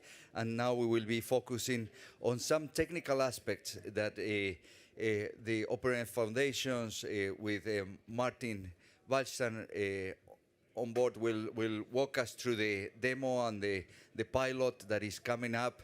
We are very excited to announce the expansion of our Global Innovation Hub portal.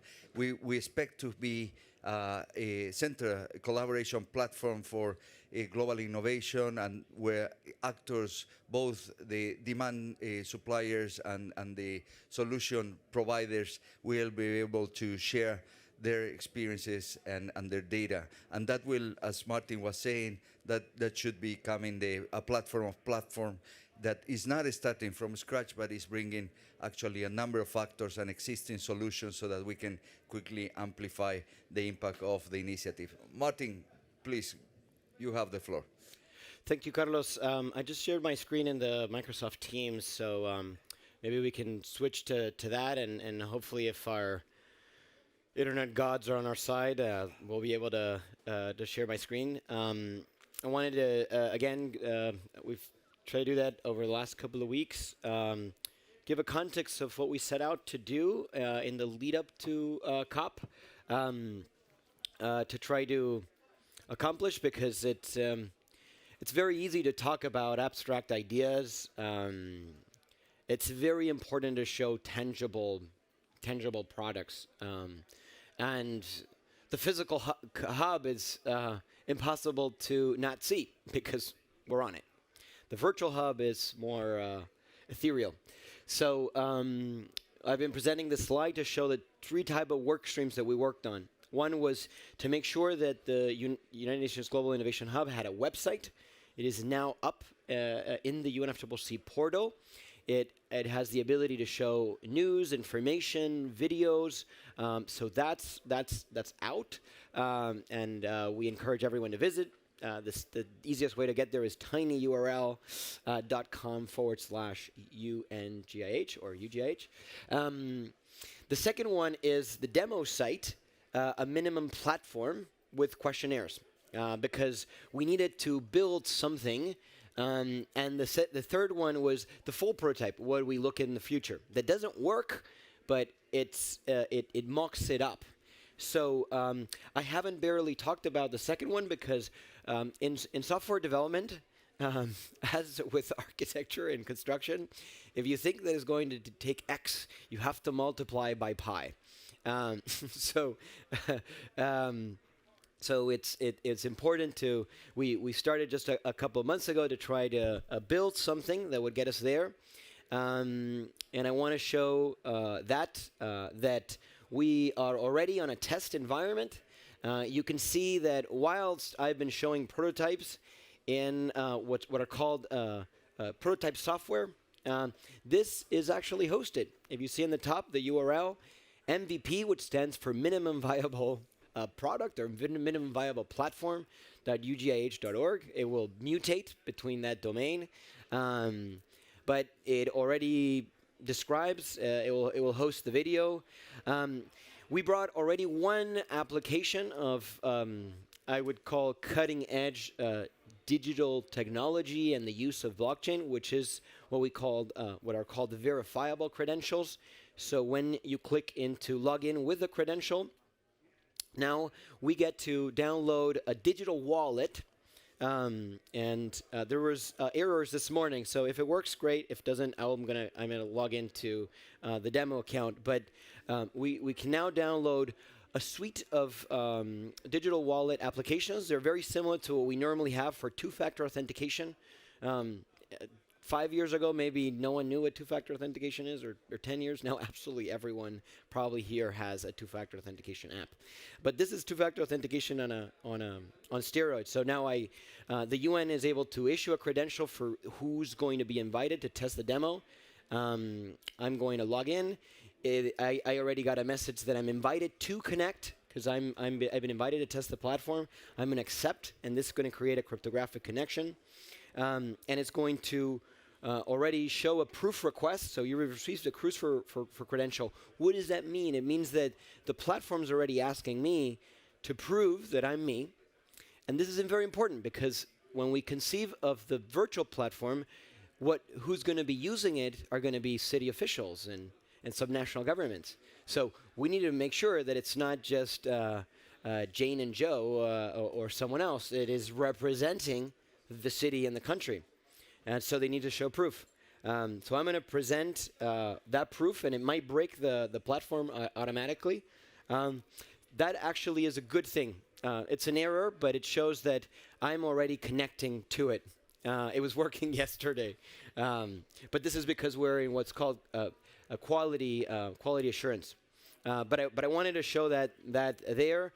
But the easy way is to log in with, I'm going to log in with my email, if I get it right. And this is open for anyone because there's a difference. If you log in with a credential, you are a very specific user, a user that we want to monitor, that we want to check your answers, that we want to protect your answers. Whereas if you log in with a demo account, anyone can join in. And obviously it's more susceptible to spam. So what do we see here? We see challenges, we see explore, we see credentials. This allows us a tool to start customizing it. We can put out active challenges, core needs, access. You can go to challenge or shelter. Let's see. In challenges, they're the same. So we could start adding active challenges. We can already see that we've been creating an active challenges to test. We can explore. Again, also, if there are demand submissions or all solution submissions, we'll be able to load them there. Credential is normally an admin. I'm not seeing that because I didn't log in with the credentials. I'm going to go back to home. And so one of the most important questionnaires we have is around access. This UNFCCC put together. So a challenge creates a challenge for demand owners, which I think it's a term that we probably need to revisit just so that it's more user intuitive. But we understand demand owners as our cities, who needs the core needs, and the solution providers. So this allows a demand owner now to submit a demand for this challenge, and it's taken to a questionnaire. So now we have an embedded questionnaire. I think you're seeing it for the first time, Massamba. A questionnaire that the UNFCCC built, and we put it into one relatively simple user experience. So now we get an introduction to access as a core need, clicking next, more information around the context, information around the types of enabling needs for access, so introducing the topic to whoever's the person filling it out, and now we start the questionnaire. We're going to fill information about you. I'm a city official, name. I'm just going to call it my name. This is already starting to flow. Where do you want, as in me, create or improve access to? Food, healthcare, education, clothing, shelter, leisure. Very important for us to start selecting that. Let's choose education. How could access to solutions be replaced with less carbon intensive solutions? So maybe physical schools, online education. We're following a questionnaire.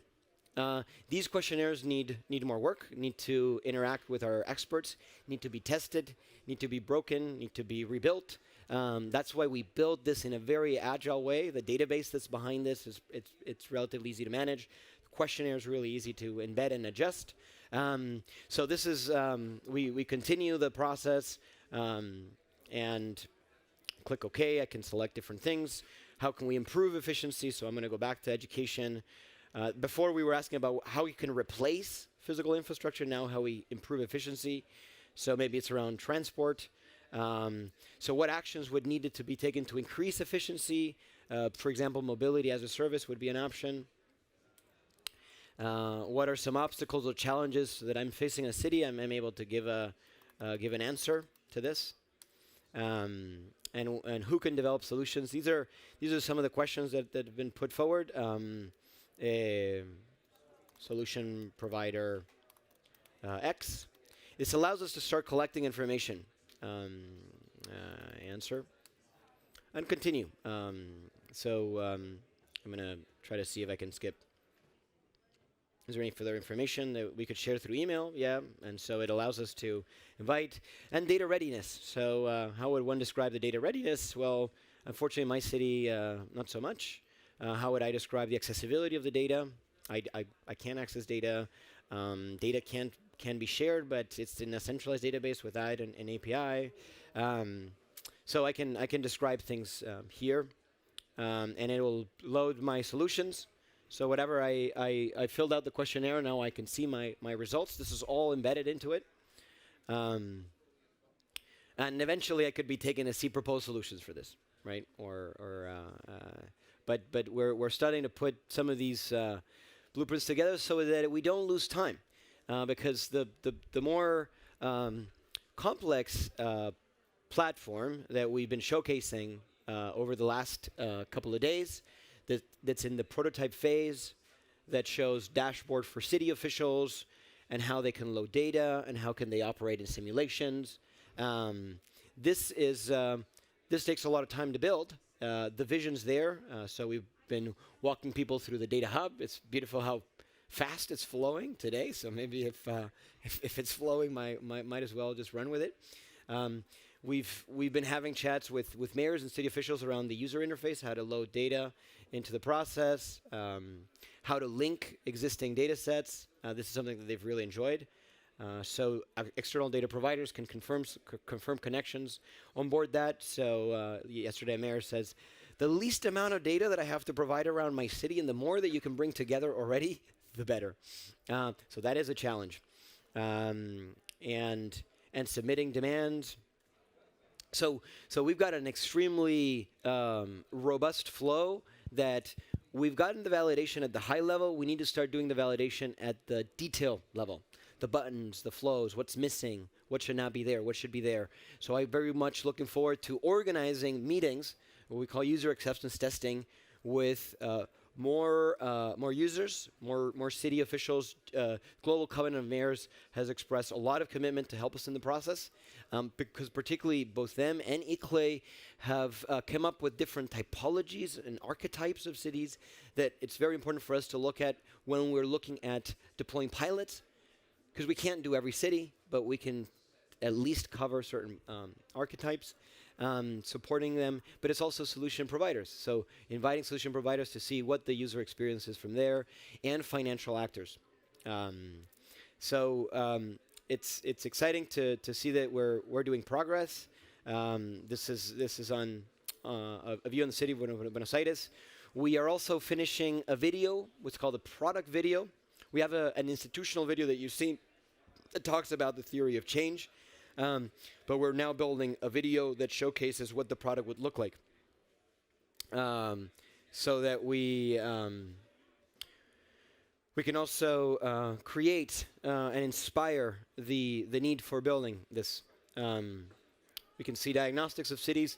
This is something that Gregor Robertson, who was here, I think, 2 or 3 times, very generous with his time, former mayor of Vancouver and ambassador to the Global Covenant of Mayors, really enjoyed being able to track these metrics and say, hey, actually, what is very important for us is we want the public to see the metrics.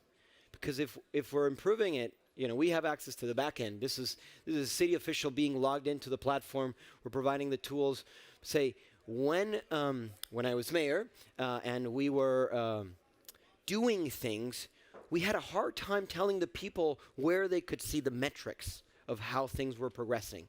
Is that it would be amazing if this also the city has a public-facing dashboard that we can control what is seen privately and what's seen publicly, because the city can always say, hey, look at what the United Nations Global Innovation Hub is telling about the city and what we're doing. It helps them keep track of that. So the diagnostic then sends the solution, and this is the prototype. The solution then gets to review.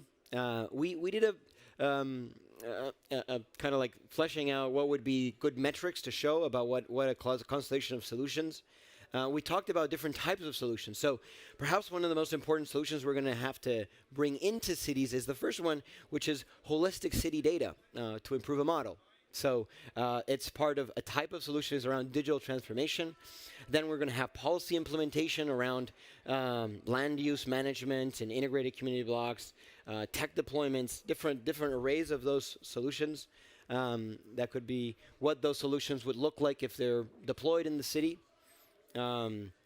What those solutions look like when if they were properly deployed, how it expands the fulfillment of those different needs from that short, let's say, unfulfilled areas to more fulfilled areas.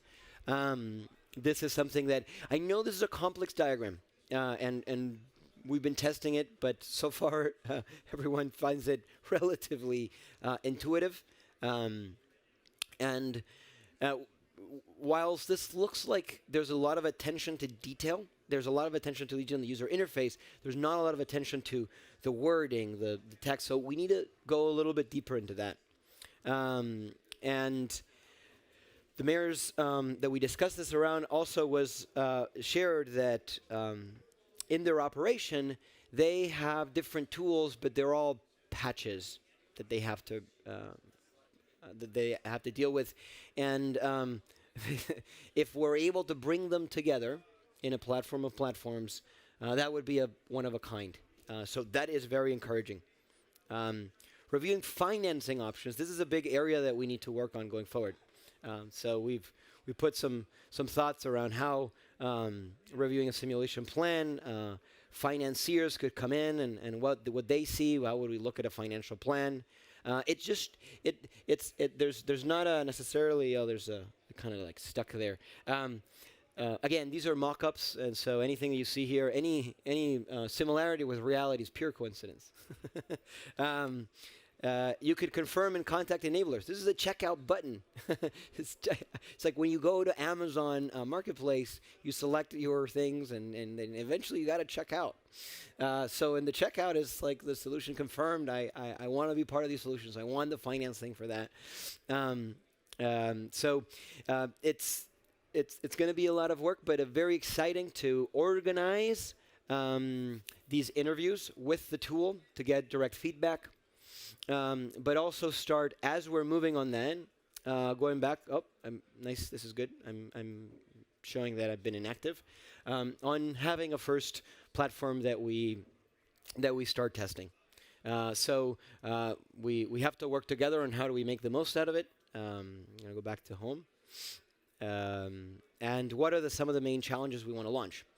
So I expect that the next couple of months are going to be around organizing those more detailed prototype interviews, reviewing these questionnaires more, and adjusting the platform as we go, so we don't lose momentum over the next 3 months. And then in the road to COP27, I think we've showed these were the 3 work streams. I want to bring this up again, just real quick, in terms of this. I wouldn't say this is an architecture yet. It's more a conceptual logic for how the virtual hub could operate. It needs to be a hub of hubs, fractal and modular in nature. Modularity, it's very important for us. The purpose optimization function, what that means is, what's the purpose of this platform and how do we optimize sort of connecting supply and demand, but not a reductionist optimization function. Climate requirements, systems integration. Part of it is the data portal and hub. So bringing in all those data providers. None of the data providers that have been here when we've discussed this said, no, we don't want to participate. In fact, they're like, when do we get to participate? That's a great response. Because there's also a sense of honor to participate in a platform that has the amazing convening power of UNFCCC at the top left. Digital identities and digital trust network. I talked a lot about our focus on that, credentials and data privacy and transparency. Smart Innovation Hub, how do we bring in different AI search algorithms? How do we open some of these for people to improve them? We've also been working on different techniques on artificial intelligence that are, again, they're not optimization functions. That's a very reductive view. So we gotta think about AI that has to have context. If you have an artificial intelligence that helps you think about actions in a city, it has to understand that city is in a subnational government, in a bioregion, and in Earth. That's unprecedented in AI, and we've been doing some initial work on that. Project impact metrics and monitor reporting and verification of actions, and the finance hub. So I want to keep pointing out that if we're able to build this and we're moving that way, this is an unprecedented ambition to put that together. And why not? There's so much technology out there. We need the best of the best for this. We're finishing our work streams to COP26. We have a process of review, and hopefully we have a full technical build to COP27 and city pilot program. So we're wrapping up, let's say, phase 1 and phase 2. I look forward to that process, and we will be posting some of these next items, such as whenever this is ready, for people to come in and join and give feedback. We'll put it on the website. The portal's already working, so I'm quite happy. Going back to this slide that I showed at the beginning, these three things: the portal, a minimum viable platform, something that will help us build. We wanted to have that platform by Monday last week. We didn't, but it's not a problem because we have for the Monday after. It's not a platform that's particularly useful while we're here in the dialogue. It's useful as we move out of this, and the prototype. So it's amazing what was able to be done with a month and a half, and it would not have been possible without the inspiration of what we can do together. And so I really want to commend that and hope that energy continues going forward. Such a pleasure to having kicked off where we're at, and I look forward to what we can do together in COP27. Thank you. Fantastic. A big round of applause, please. It's actually a dream come true. Look into the demo, and the platform going live shortly will be announced soon, and it's a collaborative effort. Of course, big thanks to OEF, but also others that contributed and helped on the design of the solution, like the internal ICT team within the Secretariat, but also MI Rice and our partners that has been providing some guidance, feedback, and ideas to make this platform a reality. I will spend only a few minutes. I'm very conscious of the time to walk you through the next steps. Basically, we have the product breakdown structure. We have, as mentioned, the physical hub that is connected to the pavilion that we have here and the outcomes of the pavilion, and we will try to create this space and replicate the space for innovation and the dialogues at COP27. We will start planning now ahead, that is keeping the momentum and bringing the new topics and the new partners together. Then we have the virtual platform. It was already presented, some of the planning from Martin and how this will be made available and will be launched also through our UNFCCC portal and will be announced accordingly. And the last one is the network. It's basically the establishing of the working groups along with the core needs.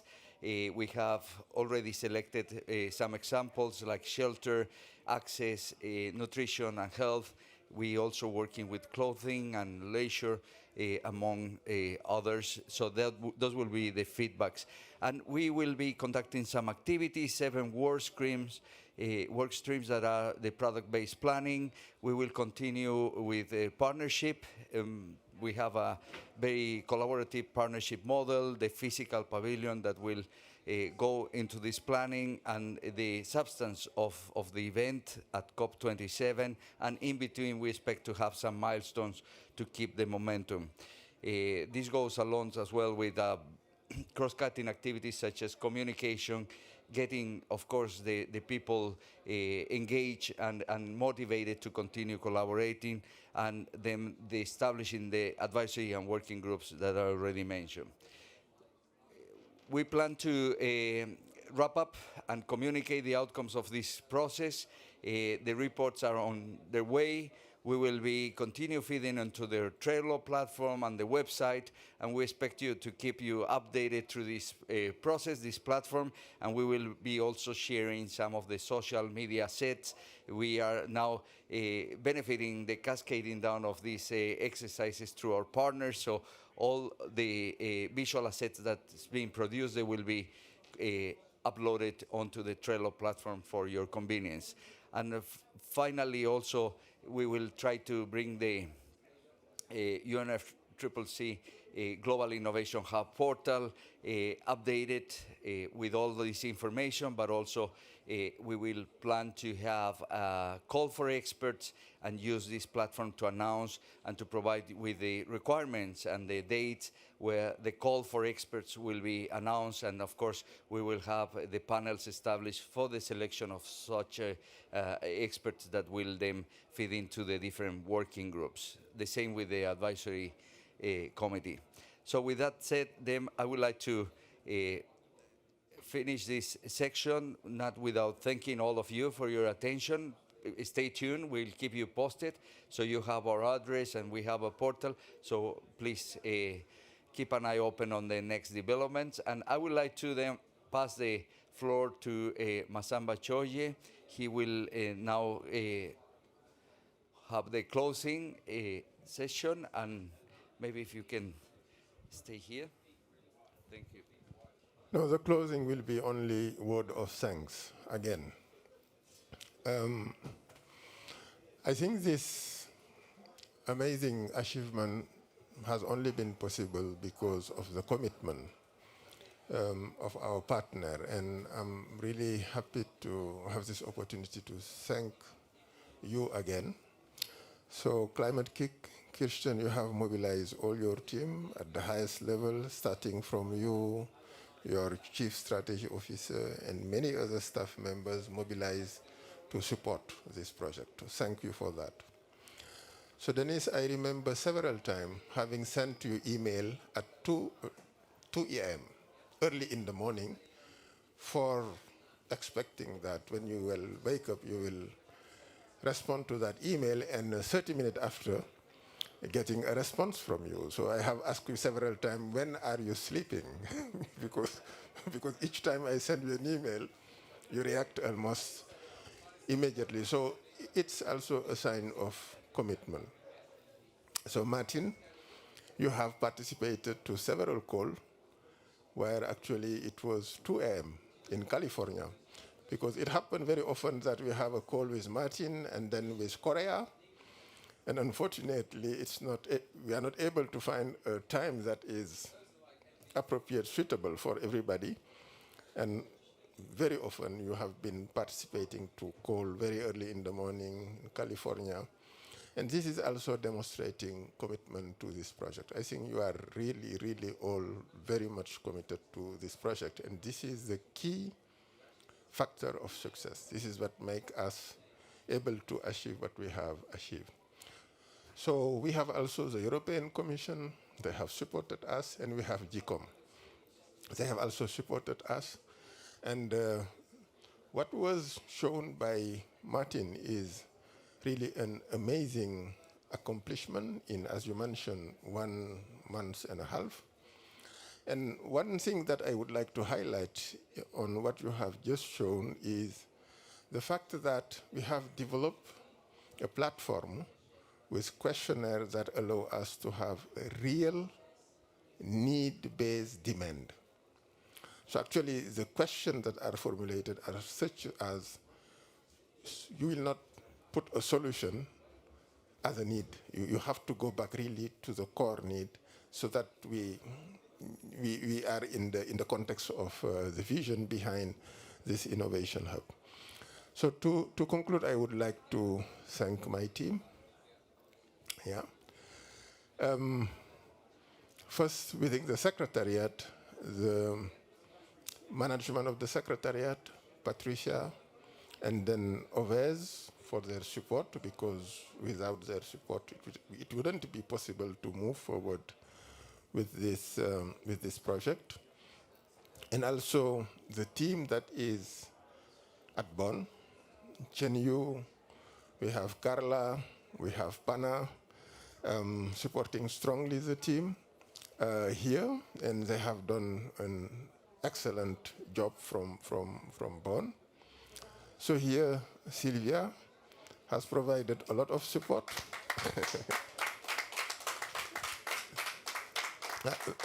I must say that also we have a lot of meeting between midnight and 3 a.m. to address some issue. She has also demonstrated a lot of commitment and interest in the project. So I would like also to thank our technician. They have done a great job. Without them, it would be very difficult to have the streaming that allow participation from abroad. And also our participants that have contributed, asking questions, making statements, and all these things has contributed in enriching the debate. So, and to to conclude, I would like also to thank Carlos. He put a lot of time, a lot of effort, a lot of dedication in this project. And I think in terms of, without his, let's say, involvement and his investment in organizing things, because this is a quite complex project, I think it would be very, very difficult to move forward. But as you have all seen, he tried always to bring clarity, to organize things, and reshape things so that we have clarity on what is done, what is not done, what we need to put focus, and so and so. So thank you really for your contribution.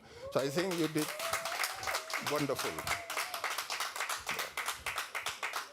So, and with this, I consider that we are done, and I declare close the session.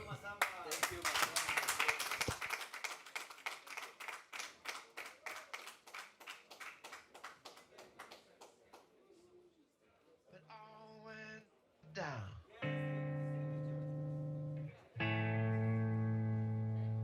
It was later in the evening that the facts and the figures got turned around.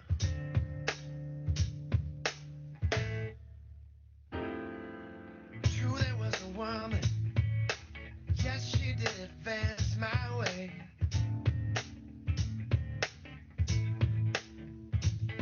And I can't be sure exactly, but I swear I saw her saying my name.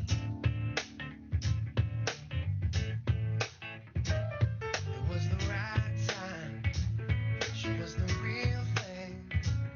I had to walk away. See, don't wanna be stitched up, out of my mind, feeling strung out, lagging behind, all trapped in, can't do a thing because I'm locked down. Stitched up, feeling the burn, all strung out, I finally learned that trapped in, can't do a thing because I'm locked down. I wonder where she came from, I wonder where she's gotta go.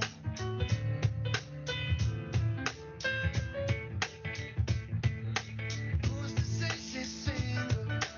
Who's to say she's on her own? Girls like that don't sleep alone. Alright, here's the thing. That girl is flawless, and I know I'm not the first one to think that. And since I'm not the first, I sure won't be the last. Spend my whole life looking behind my back. I just don't think I'm up to that.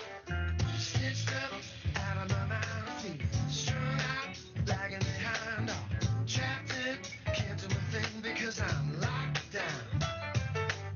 Stitched up, feeling the burn, all strung out,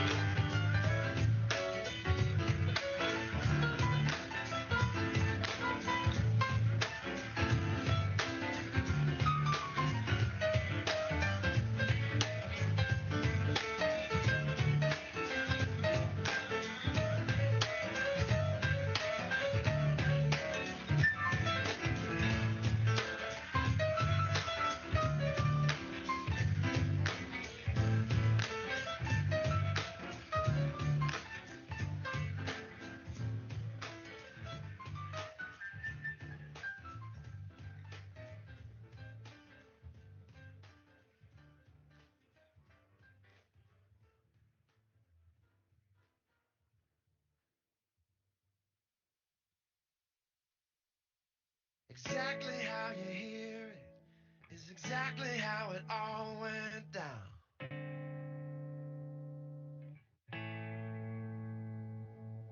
It was later in the evening that the facts and the figures got turned around.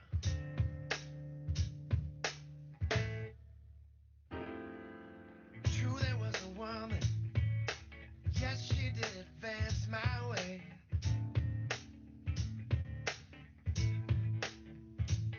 And I can't be sure exactly, but I swear I saw her say my name.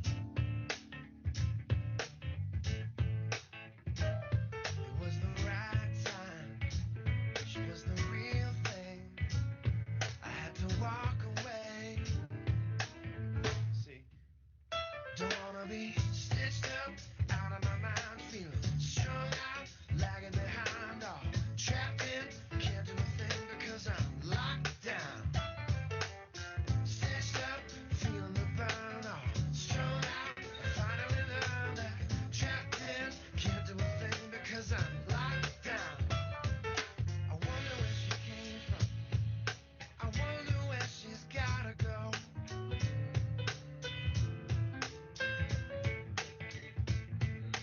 Who's to say she's single? Who's to say she's on her own? Girls like that don't sleep alone. Alright, here's the thing. That girl is flawless, and I know I'm not the first one to think that. Since I'm not the first, I sure won't be the last. Spend my whole life looking behind my back. I just don't think I'm up to that.